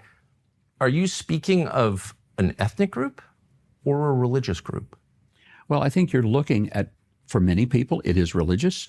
There are people who may not have a deep religious connection to Judaism, but they're still Jews. Okay, so it's an ethnic category. It is ethnic, but it is also religious. It is rooted in religion. You can't take it out of it. Now, that means then there are how some people, can an atheist... Well, I will tell you this. There are some people who say, I'm Christian. They never go to church. They never pray. They never read their Bible. They don't tithe. But they're not entitled to citizenship on the basis of that. Well, they're but not I'm saying entitled that to... they still call themselves Christian, Of course. even though they identify in that way. Here's the difference. You're saying that people...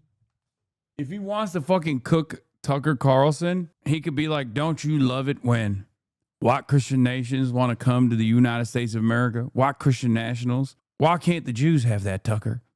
You know?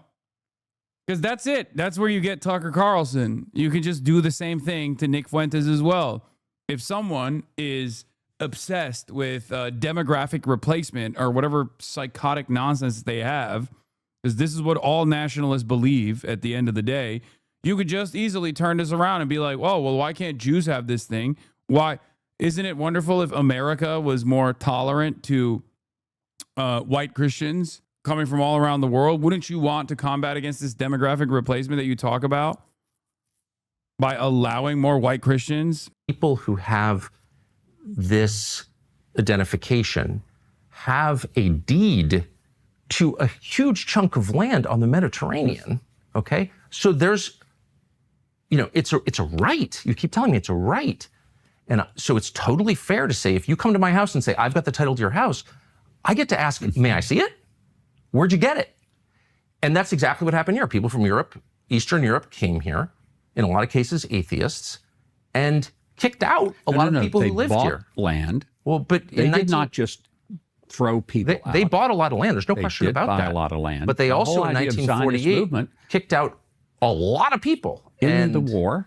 Oh, it was a war. I agree. Yeah. I'm not Yeah. want to Okay. relitigate the history. I'm just saying it's a fact. Okay. Including a lot of Christians wound up fleeing, and they lost their homes, and they've never been allowed back. And all of this was justified on the basis of this identity that is the ticket to the right that you keep referring to. So my question is very simple. I'm going to wait patiently for an answer. Does this right derive from religious affiliation or from genetics? And I would say it's both. But I would also say that when you said the Christians were kicked out, Tucker, Christianity is growing in Israel. Okay, but And there is a big lie that goes out there. But no, let me finish this, because I keep hearing that Right. Christians are really not treated well in Israel. That's a lie. well, there are lots It of is a different. lie. There are lots of different. There were 34,000 Christians in Israel in 1948. There are 184,000 Christians here today. And by Israel, what are you counting? You talking about the land? What territory are you counting? You're I'm talking counting about Israel proper? Or are you counting talking about Israel the West proper. Bank as well and Gaza? I mean, what do you when you say Israel? Those numbers apply to what landmass? It would be in Israel proper. Okay. There are 184,000. Now, I'll tell you where Christians are not doing very well. They're not doing very well in the Muslim-controlled countries. There's almost no Christian, for example, except those who live in the Christian ghetto, who are the service workers. I'm You sorry. can't Look, pray. I don't want to argue with you. There are many more Christians in Qatar than there are in Israel. That's So not true. what it actually is true. And I refer you to Wikipedia, Mr. Ambassador. Wikipedia. It literally is true. It is true. They're just not. No, it is true. They're just not. They're residents. They're not nationals. Which still as residents, they get better treatment in Qatar than obviously the Palestinians do. So I refer you to the government of Qatar, the government of Israel. These are knowable facts. Like I'm in Jordan, by the way, numbers are down. In Syria, the numbers are down. In Lebanon, the numbers are down. I'm just telling you that about twice as many Christians. But they live in the enclave. They are not native Qataris. Okay, we're mixing so many different categories here. I'm just saying I get things wrong all the time. You've just gotten something wrong, and I think it's important to acknowledge it. There are many more Christians in Qatar than there are in Israel. Fact. How many? Now you caught me. I don't know. I can look at my phone, but I was just there. And Hasan just had a Cuban journalist who's living in Havana right now. She directly contradicts Camila Cabello's post in terms of blaming the regime instead of U.S. sanctions. Get rid of the sanctions is the best way to prove your theory. Hasan previously interviewed a Cuban doctor who works in Cuba. He explains the devastating impact of U.S. sanctions on their healthcare industry. The first challenge is the blockade that was imposed by the government of the U.S. for more than 60 years. Damn, my beard was fucking thick back then. Holy shit. So she's a government propagandist. Of course, she will defend their dear leaders. What the fuck? I do think that a lot of this conversation is just like all over the place and it's so silly. Hasan, Israel is not real. It's not a real state. It's not their land. It's just these living on stolen land. Every Muslim country should not every Muslim country. Every country should denounce Israel. Every people with a conscience should denounce fascism of every sort. Okay, it's that simple for me, at least. Whether it be American fascism, what we're doing in fucking Cuba, or whether it be the fascism in Israel. Your Discord doesn't welcome vegans. They called me out and then they banned me for defending my views. Here you go. there are many more, like whatever. But I just want to get to the point that forms the basis of this whole conversation, which is who has a right to the land? Yeah. And you said it's a mixture of religion and ethnicity. Because as I noted, and you agree, It's very obvious that chatter got banned from Discord for being fucking annoying. Like right now, you know, like clearly. many of the founders, maybe the majority of the founders of modern Israel, did not believe in God at all. So they were not religious Jews. They weren't religious at all. They were atheists. They said they were atheists. I believe them. So that suggests it's ethnic. But it's also true, as you well know, because there's a famous court case about this, that ethnic Jews who convert to Christianity do not have the right of return. That was settled by the Israeli Supreme Court. I'm very confused. So that would suggest it's not ethnicity, because you invalidate your Jewishness by converting to Christianity. There are a number of Messianic Jews who live in Israel. Okay. Who are here. I'm aware of It's a I'm aware of that significant number. He's like, I'm one of them, Tucker. He's like, I should know. I'm practically one of them. Now, I haven't fully converted. I am a little scared of the snip process, you know. I don't got too much meat down there to begin with. I don't want to shave off an inch. But you're not contesting what I'm saying, because it's a very famous court case. The right of return has to do with your mother, your grandmother. It has to do with family. Yeah, or it has to do with how white you are, Tucker, from a place called the USSR. Bet you love that one, don't you? That's right. It's mostly just for Jews, but then also sometimes for the Slavs as well that were coming from the USSR with no ties to the religion whatsoever. But we let that slide. Sometimes I say we because I mean I meant they, not we, Tucker. I'm sorry for saying we on accident. It's ethnic. There's a lot of, sure, ethnicity is a big part of the right of return. Great. To make aliyah, to come to Israel, to live here. Then if both of your parents are Jewish and you have an ethnic right to the land, you are one of Abram's descendants, but you convert to Christianity, how is it you don't have the right to return? I'm totally confused. But I know a number of people who have returned as Christians, but have Jewish history. Are and you Jewish saying that Jews who convert to Christianity have a right, a legal right to return? Because I know that they do. Whether, when you say, do they have a right to return, do they prove? It's a legal category, as in any government. Which is by their family history, their grandmother, their mother, and there are many aspects of that. I've read it. I think, but I know that these are people who are Christian, and they came here, made aliyah. They had Jewish blood, Jewish history. They were Christian, Messianic, but they came here, and they were welcomed here. And they were given full legal rights. Absolutely. And a passport. Yeah.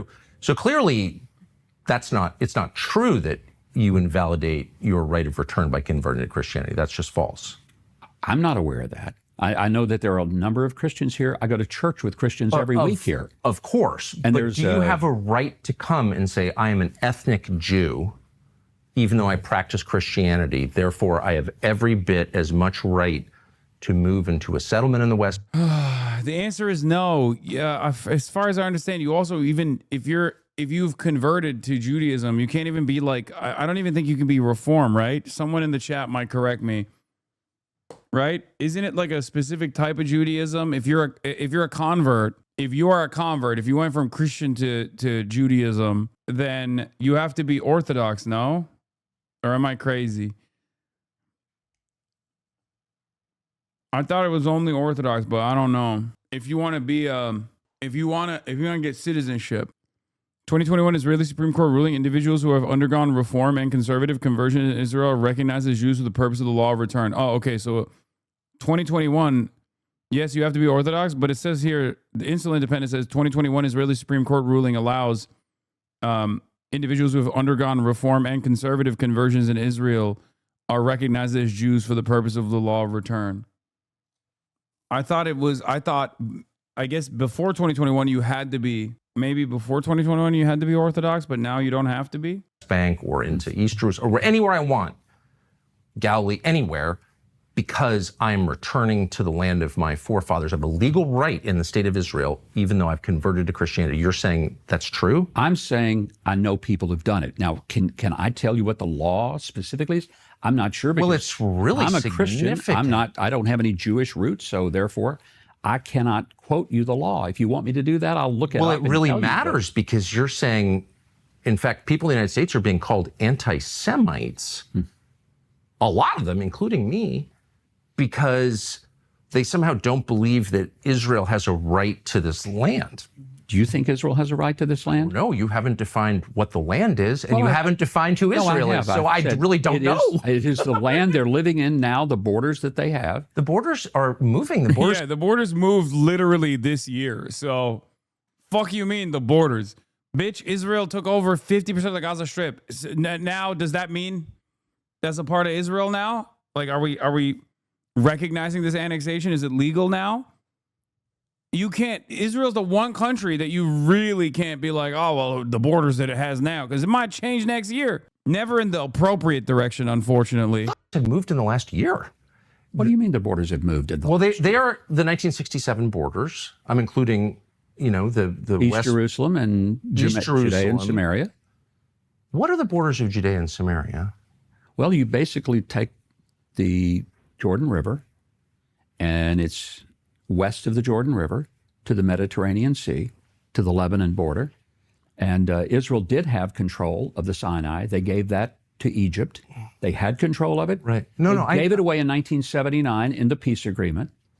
But, okay. So whatever you call it, the land that was taken from Jordan in 1967, you call it Judea and Samaria. There's a significance to that I don't fully understand. I'm not against it. It's the biblical know what it's the biblical. Terms. 80% of the Bible happened in Judea and Samaria. But we've also established that the Bible gives Jews the right to occupy the land from the. So I'm very confused by why we've shrunk the land and why we're Israel has shrunk the land.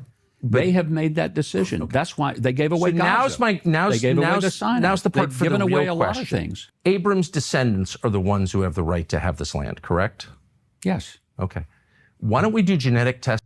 Bro, what is this conversation? Oh my God. This is, I know there's people in here being like, this is cooking for like the religious, like right-wing Christians, but like, you know what would cook? I think just like a 5-minute compilation of people defending Israel on television. Okay. I'm not even kidding when I say this. Like, just do a fucking Rabbi Shmuley's greatest hits compilation. I swear to God, there is no better conversion technique of taking someone from like the most pro-Israel person of all time to the most like pro-Hamas person of all time than a 5-minute Rabbi Shmuley greatest hits compilation. Okay, they will come out of that being like, how can I evade the State Department to offer like to offer munitions to the Palestinian resistance personally, I will go to prison. I think this is so much. I want a Bible verse rap battle.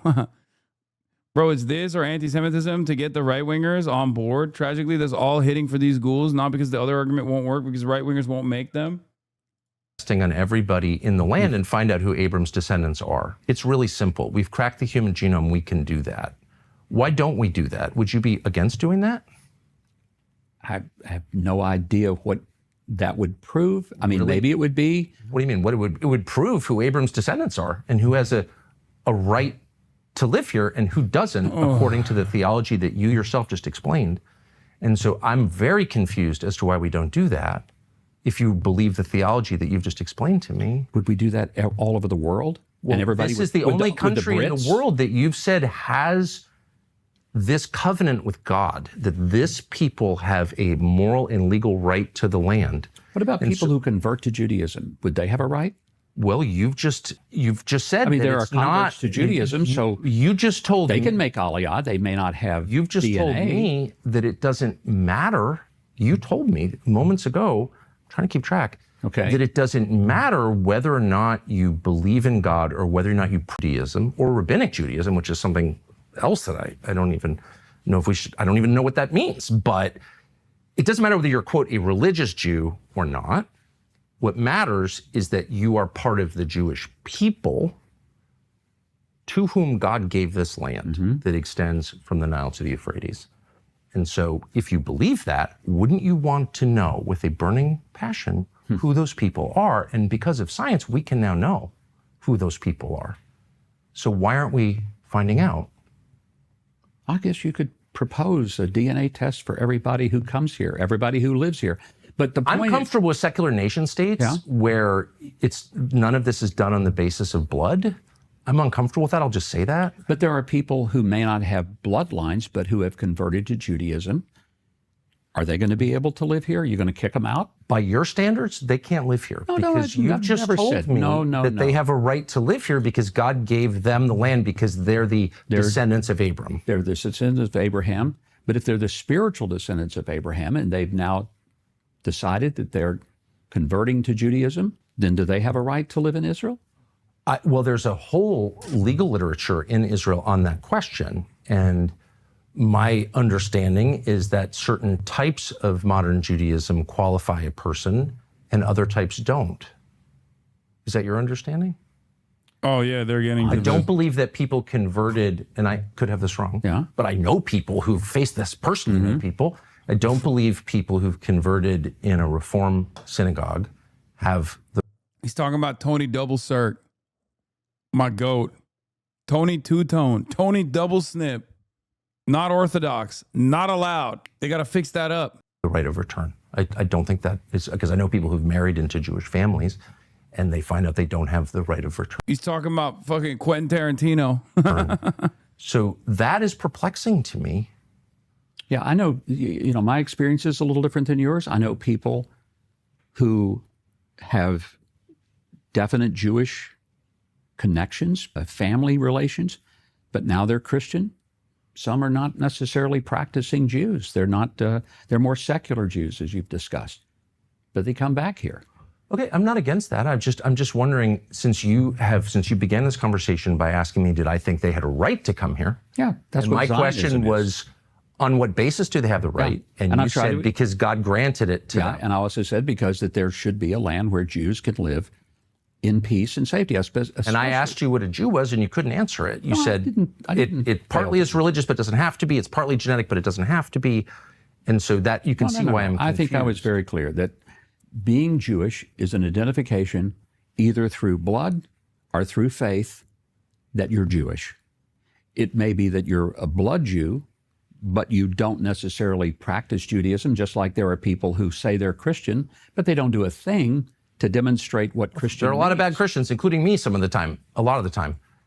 But I don't have a right to real estate on the basis of my claim of Christianity. You don't have a right to real estate if you're talking about a specific parcel.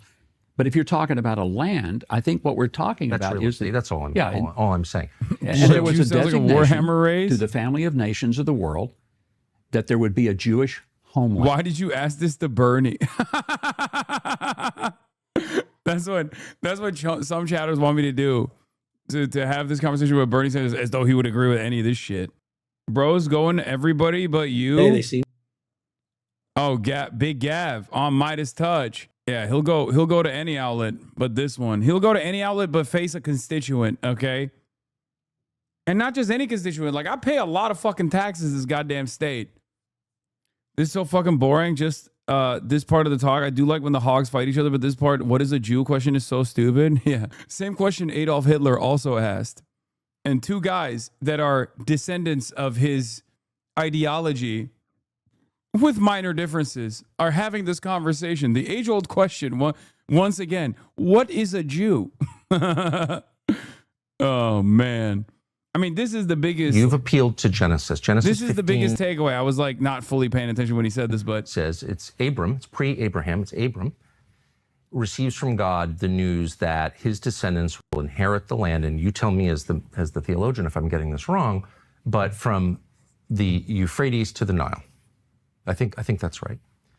And that would include like basically the entire Middle East. That would be the Levant, so that would be Israel, Jordan, Syria, Lebanon. It would also be big parts of Saudi Arabia. I mean, I'm not sure it would go that far. I mean, it would be a big piece of land, but here's the point. It would be a lot of places that are now countries. But this particular area that we're talking about now, Israel, is a land that God gave through Abraham to a people that he chose.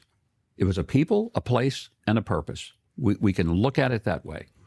Christian Zionism, I want to go back because that's where we started on this. I'm not going to let you off on this because you have said it 3 times that God gave this land to this people. And so it is entirely fair for me with respect to ask, what land are you talking about? Because I just read Genesis 15, as I have many times. Mm-hmm. And that land, I think it says, from the Nile to the Euphrates, which is, once again, basically the entire Middle East. So God gave that land to his people, the Jews, or he didn't. You're saying he did. What does that mean? Does Israel have the right to that land? Because you're appealing to Genesis. Yeah. You're saying that's the original deed. It would be fine if they took it all. Yeah, Mike Huckabee cares more about the Greater Israel Project than he does about Americans. He cares more about Israel than the majority of American Jews do. Like, this isn't to say that there aren't a lot of Zionist Jews, okay? That's not what I'm saying at all. But to this degree, this is like a very unique, obsession, okay? Where is your data for that statement? For the second statement, that he cares more about Israel than like the majority of American Jews do, there are very few people on the planet that care about Israel this much, that are outside of Israel, I mean. Like, this isn't to say that there aren't American Jews who care about Israel this much. There are Kahanis, there's Miriam Adelson, people like that. But, like, they're going toe-to-toe with this guy. I mean, also, here's my proof. American Jews live in America. If they cared about the greater biblical Israel as much as Mike Huckabee did, they would live in Israel. Like, they're not living in America because they're like, ooh, I'm going to do, inside-outside techniques of, like, infiltrating America to use America like a flesh puppet. No, they live in America because they're like, yeah, why the fuck would I live in Israel? You can still be a Zionist and not want to live there. Jeffrey Epstein was a great example of this, right? Jeffrey Epstein straight up was like, yeah, Israel fucking sucks. I'm not going to lie to you, big dog. That shit is kind of ass. But also, I will still work for the nation state of Israel. Like, human beings are not monolithic. I don't know how else to describe this. It's just like a fundamental thing that I believe. Okay? And it's just the truth. And yet, people oftentimes, when it comes to like identities outside of their own, have no capacity to understand it as such. Okay? They think like, oh, well, maybe there's some secretive purpose here. No, I know plenty of Zionist Jews. They live in the United States of America. They would never, ever in a million years live in Israel. They visited Israel. They would never live in Israel because they love America. They like America. They like living here. So for many of them, I think they're fake fans, if we're being real. That's what I think. I think they're a little bit phony with their support, where it's just like a thing, a rallying cry, a way to organize, a way to have a sense of community. Okay. That's it. And they just can't shake it. Some of them are obviously more aggressive with their support, but plenty of self-described Zionists don't actually care that much. They've just been trained into thinking that like this is important for them, and this is like, this is their organizational principle. This is what they organize around. You can just say Adam Friedland. We all know. Yeah, Adam Friedland. That's funny. Yes, that's who I was referencing. You've made this you made this comparison a million times. The main difference between Huckabee and ISIS is that he's a rich white Christian. Call it what it is: supremacist, fundamentalist, violent religious extremism, justifying conquest through lawless terrorism and perpetual war against Middle East's entire civilian population. Yep, he's white ISIS. My family member who said between living in New York City as a Jew and living in Tel Aviv with bombs flying overhead, they'd rather live in Tel Aviv with bombs flying overhead, yet their ass is still in America 3 years later. Yeah, exactly.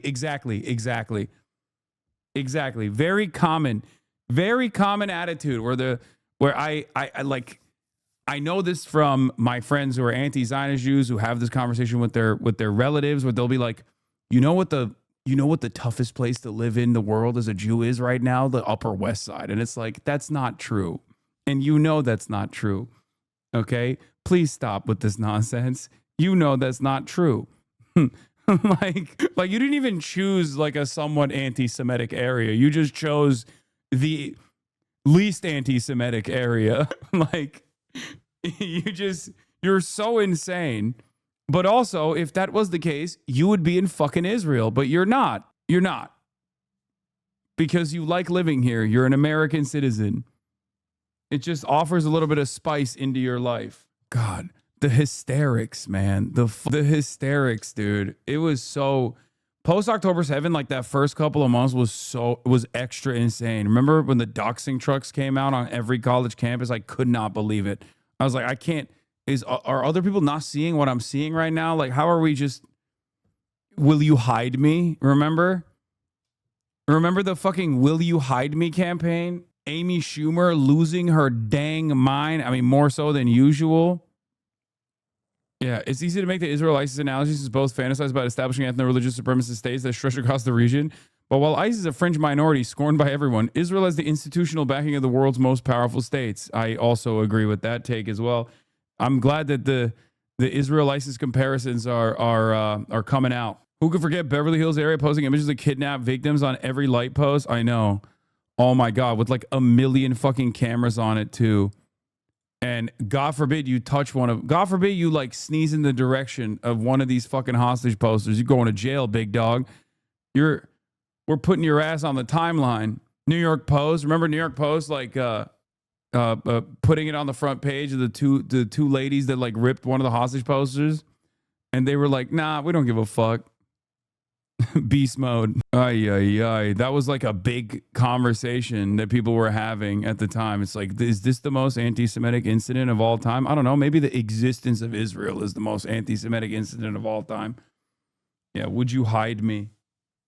And let's get to that point, because I think you've taken us on several. Okay, there's definitely one more anti-Semitic incident than the existence of Israel. Second, let's say this is the second most anti-Semitic incident ongoing. Okay, there is one that was more anti-Semitic. Trails here, and I'm not sure we can follow them all. But is there a reason that the Jewish people that represent, and I want to get back to this because you didn't let me finish a while ago, they represent 0.2% of the world's population. In the entirety of the world, there are about 16 million Jews total, and 8 million of them live here. The rest live mostly in New York or South Florida and a few other places. Okay. So this is a small population of people. Killing a Christian is Benjamin Netanyahu. Where are the 9/11 files? Historically, biblically. Do they? Yes, they do. If Bibi's family, we know they lived in Eastern Europe. There's no evidence they ever lived here. He's not religious. But in what sense? How do we know that? Do you have his family tree? No, we don't. Do you? He doesn't. So no one does. That's the point. So how do we know that he has any connection to this land at all? And if there has been a practice of Judaism and a connection to the language, But the he Bible, doesn't- the land. His ancestors didn't. He doesn't practice Judaism in any rigorous way. His ancestors didn't live here. They didn't speak the language, and there's no evidence they ever lived here. So on what basis does he have a right Very to be much here? speaks the Yeah, BB's not even Orthodox. He's conservative, right? Wasn't Benjamin Netanyahu from Philadelphia, by the way? His family is not even Orthodox. I don't know if he LARPs now, but you know, language. He has fought for the land.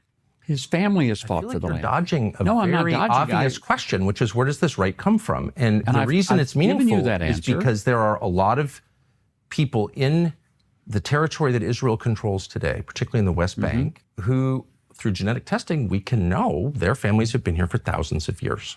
We don't know whether they practiced Judaism, whether they were Samaritans, pre-Islam. We don't know that. A lot of them we know have been Christians for 2,000 years. BB's not Orthodox. He's a secular Jew. He's conservative. Have less of a right to the land than someone whose ancestors, the only thing we know about them is they lived in Latvia or Poland. They're Eastern European. How does that work? They're Jewish. By what definition? They're Jewish by their But how do we know they have any ethnicity. connection They're to Jewish the Jews by their of the, faith. They're of the Jewish Bible? by the connection to the language. Jewish by the connection to the Torah. But how do we know that BB, specifically BB's ancestors, ever lived here? How do we know that? I'm not sure if I understand your question. How do we know if the Prime Minister of Israel's ancestors ever lived? Maybe I could ask you, how do we know they didn't? I mean, Well, it's on the basis of the claim that they did that all kinds of things happen. People are displaced. There's a money flow. I mean, it's a big question. A lot hangs on this. It's not some theoretical thing like, oh, you know, to do that. It's like, no, we have a right to be here because my ancestors were here. Okay, how do we know they were here? I'm totally unable to process what you're trying to get at. It goes back, do Jewish people have any land on this planet that should be theirs to I give feel them? that way about all peoples. I feel that way about Jewish peoples. I feel that way about... Okay, then you don't mind them having Is this there little any sliver of land, country, let me right? ask you this bluntly, is there any country that European peoples have a right to exclusively? I think they have attained their land through conquest. I mean, let's ask Have the ourselves. Britons do attained the their land through Romans- conquest? No, they've always been there. The Romans, the Greeks, we've had all these let's civilizations. speak. Let's speak. Well, you could certainly say that here. The Romans controlled this, as you know, and they expelled But they all the don't Jews anymore. from Jerusalem. Amen. I Yeah. don't want them to control it. Hope not. I'm anti-Roman. Okay, we're on the same page. Okay. But my question is very simple. The fuck are these? Is there what is this any conversation? European peoples that possesses the same right to their land that the Jews, including people whose ancestors lived in Eastern Europe, possess here? The Britons, we know, the British people, the Scandinavian people, the Irish people, their ancestors have been there for thousands of years. That's provable through genetic testing. Do they have a right to their... Bro, they're having a fash off, dude. Who gives? I'm gonna lose my. Okay, I'm sorry. This conversation sucked dick. Okay, you cannot convince me that this is like a really good combo. Like, there's some good parts in here. There's some good parts in here when he just like cooks Mike Huckabee. Apparently, there's a part of the convo where Mike Huckabee literally says the IDF is the most moral military on the planet, more moral than the American military. That one's gonna really fry a bunch of motherfuckers. Okay, do you have that one? I can't watch the rest of this. Carlson just wants to get to the point by just agreeing. Does anyone have the other? Does anyone have the other clip where he literally, Mike Huckabee straight up says that the IDF is a more moral military than the American military? Like, listen, I am not a fan of the American military. Okay, I believe that the American military has war crimes in every invasion that it is engaged in. And I believe that the American government has done war crimes that amount to genocide, specifically in Korea. Okay? But as far as like modern American military conquest goes, evil by every metric. But there is one military out there that we know of in the Western world that's Western adjacent, that like is funded by the American government and gets all the protection on the planet, that is definitely more evil. Normalizing conquest again? Wait, what? Normalize conquesting again? Oh, you're saying normalize conquesting again. Yeah. And that is the Israeli military. Like, let's be real. The Israeli occupying forces did a genocide.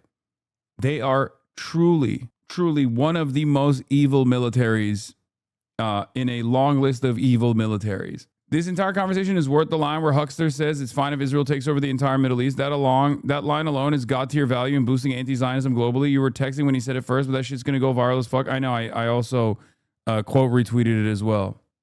Israel goes to links that no other country, including ours, goes to in the middle of an urban war. And yet Israel ended up with fewer civilian deaths in an urban war than any urban war of record. You said you didn't know how many civilian deaths there were, so how can you say that? If you took Gaza's numbers, Hamas's numbers, you said you don't know what the numbers are. We don't. You just told me that. Then But how I'm can you saying say if it's a you lower took- number? But if you took the numbers that they reported, which is like 50,000, 24, 25,000 of those were actual warriors.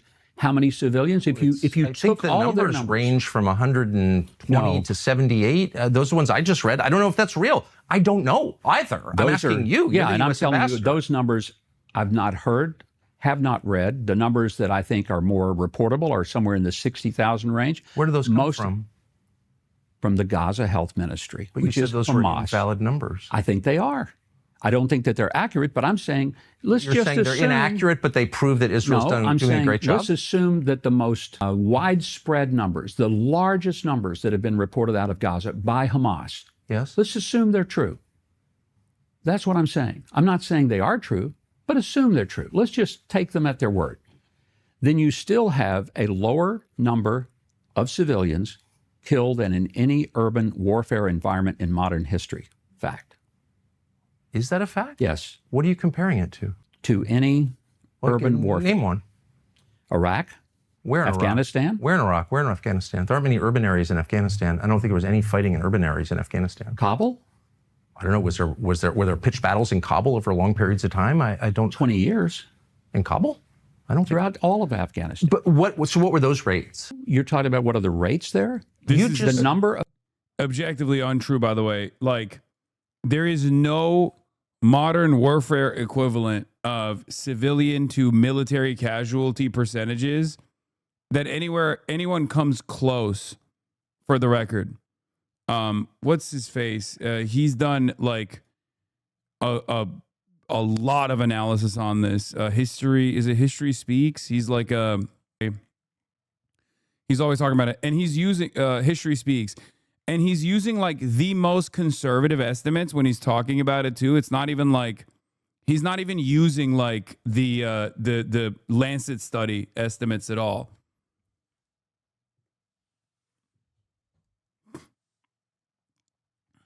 As far as like bombing, direct military conflict, like direct military kills, we're not talking about like sanctions and stuff, because America obviously cooks everyone else when it comes to like the full spectrum warfare. But these numbers, the very, very conservative estimates, are direct combat casualties. Okay. And as far as like direct combat casualties goes, with the percentage of children, the proportion of children among those killed by Israel is radically higher than all recent non-genocidal wars for which I can find data, as well as Bosnia, a genocidal war. It closely matches, however, two of the genocide listed here, the Nazi Holocaust and Rwanda.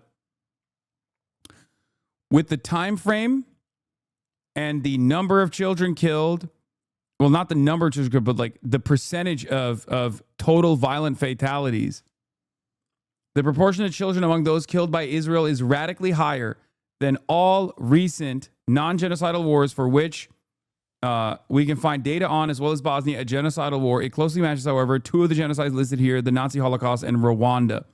Okay? The percentage of total violent fatalities for children is 30%. Okay? 30%. In Bosnia, it's 4%. Kosovo, 9%. Afghanistan, there's no numbers on it. In Iraq, it's less than 5%. In Syria, it's 13%. In Yemen, the Saudi air war, which also is another, it was also another genocide as well, 16%. The second highest on this list that is like, is it a genocide? Is it not a genocide? you know? And if you look at the Battle of Mosul, it's 9%. If you look at the Russo-Ukrainian war, it's less than 1%. And if you look at the 7th of October attack on Israel, it's 3%. The only instance where it's either close to or exactly the same percentage is Rwanda and the Nazi Holocaust, looking at just the Jewish victims only. Okay?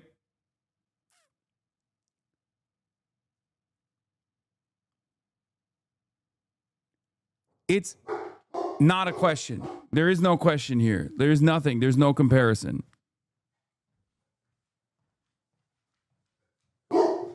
No. Their land exclusively. Is anyone saying they don't? Yes, of course. Yes. Who's saying that? No one will say they will. And I'm asking you, do they have that right? Oğlum polis gibi vuruyorsun kapıya amına koyayım. Yuh. O ceket benim lan. No, that's mine. That's my jacket. It literally says my name on it. Yeah, it says my name on it too. We have the same fucking last name, bitch.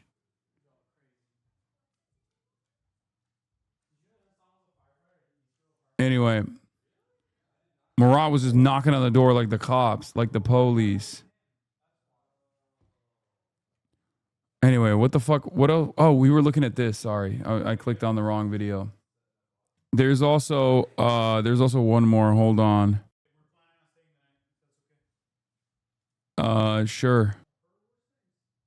Oh yeah, hold on. Where is it? There's another one as well. I'm trying to find the other data point as well. Oh no, this is just children killed. Okay, if you want to look at women killed, okay? If you want to, the frick is happening, bruh? Bruh. Okay. I hate that we have the power scale atrocities that makes some people care about the current and preventable one, and they're still resistant. I know. If we look at the, so we looked at the proportion of children killed, right? If you look at the proportion of women who are killed, History Speaks covers the Hasanverse streamer, box loaner sites, cast lead, and protective edge as models for how the IDF has conducted itself in current war. Among those killed in Gaza, the proportion who are women is 138% higher than in cast lead and 77% higher than in protective edge. Seems like something qualitatively completely different is going on, Hasanverse streamer. As my chart shows, the proportion of women among those killed by Israel dwarfs other recent wars: Syria, KSA air campaign in Yemen, Iraq, Kosovo, Bosnia, Colombia. This is despite the fact that Gaza, because it's such a high percentage of children in the population, has an unusually low percentage of women and men/adults in general. Okay? The only other, the percentage of total violent fatalities in the IDF assault on Gaza from the 7th of 2023 to the 15th of July 2025, note, unlike child deaths, no figure for women is available through December 2025, is 19%. Okay? 19%. That is higher is the 7th of October attack by Palestinian militants, which is at 27%. And that's also because the IDF has a female combatants as well. Like, which implies that obviously, like, you know, female civilians were killed at a high rate, but also a lot of female combatants as well. Just so you understand. So there is no comparison in general with any of these other, and these aren't even like, we're talking about violent fatalities. We're not even talking about casualties across the board.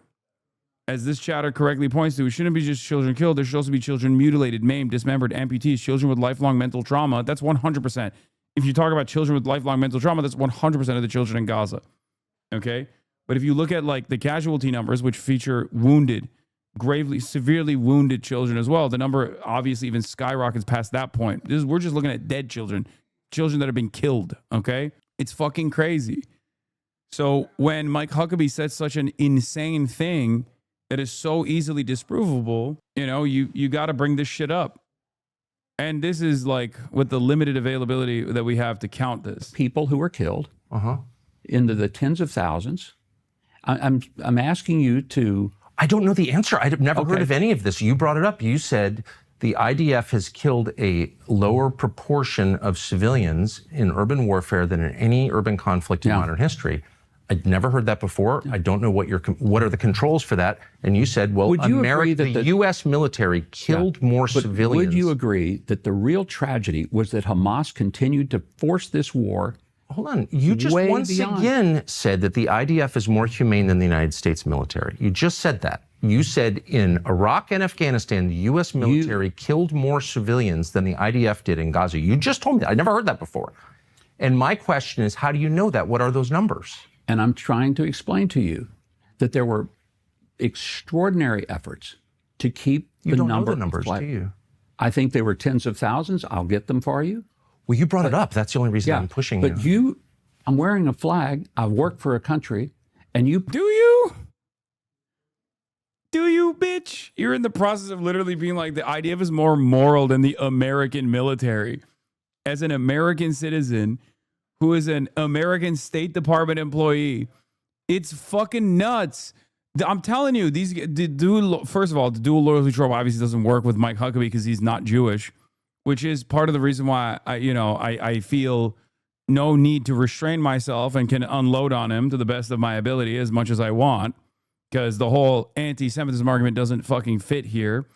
But also, even then, it's not dual loyalty, it's single loyalty. He doesn't give a fuck about America, bro. That's crazy. He doesn't care. He doesn't care about America at all. He literally said, listen, I got this flag, I'm wearing it right here, Tucker. And I'll tell you what, the only that matters is Israel. Pretended or alleged that somehow I'm not loyal to this and that I'm criticizing my own country, and I'm not. They did a better job than the U.S. military in Iraq and Afghanistan. And I said, what are the numbers? And you said, I don't know. So on what basis are you making the claim that the IDF in Gaza spared more civilians than the U.S. Army and Marine Corps did in Afghanistan and Iraq? Why are you saying that? Like, on what basis are you saying that? From the conversations that I've had with the people who fought there. And I don't have the exact numbers for you. This whole thing is 100% a psyop because anti-Semitism helps Israel justify its existence. Huckabee would not have accepted otherwise. No, Huckabee doesn't give a fuck about fomenting anti-Semitism or whatever. Dude, I'm telling you, I think Mike Huckabee would literally, if there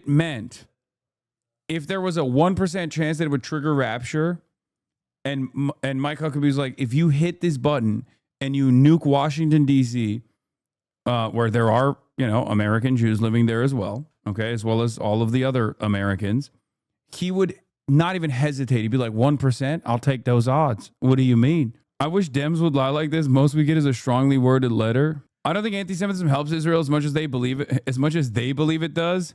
Well, they certainly seem to believe it helps them quite a bit because, they foment it pretty aggressively.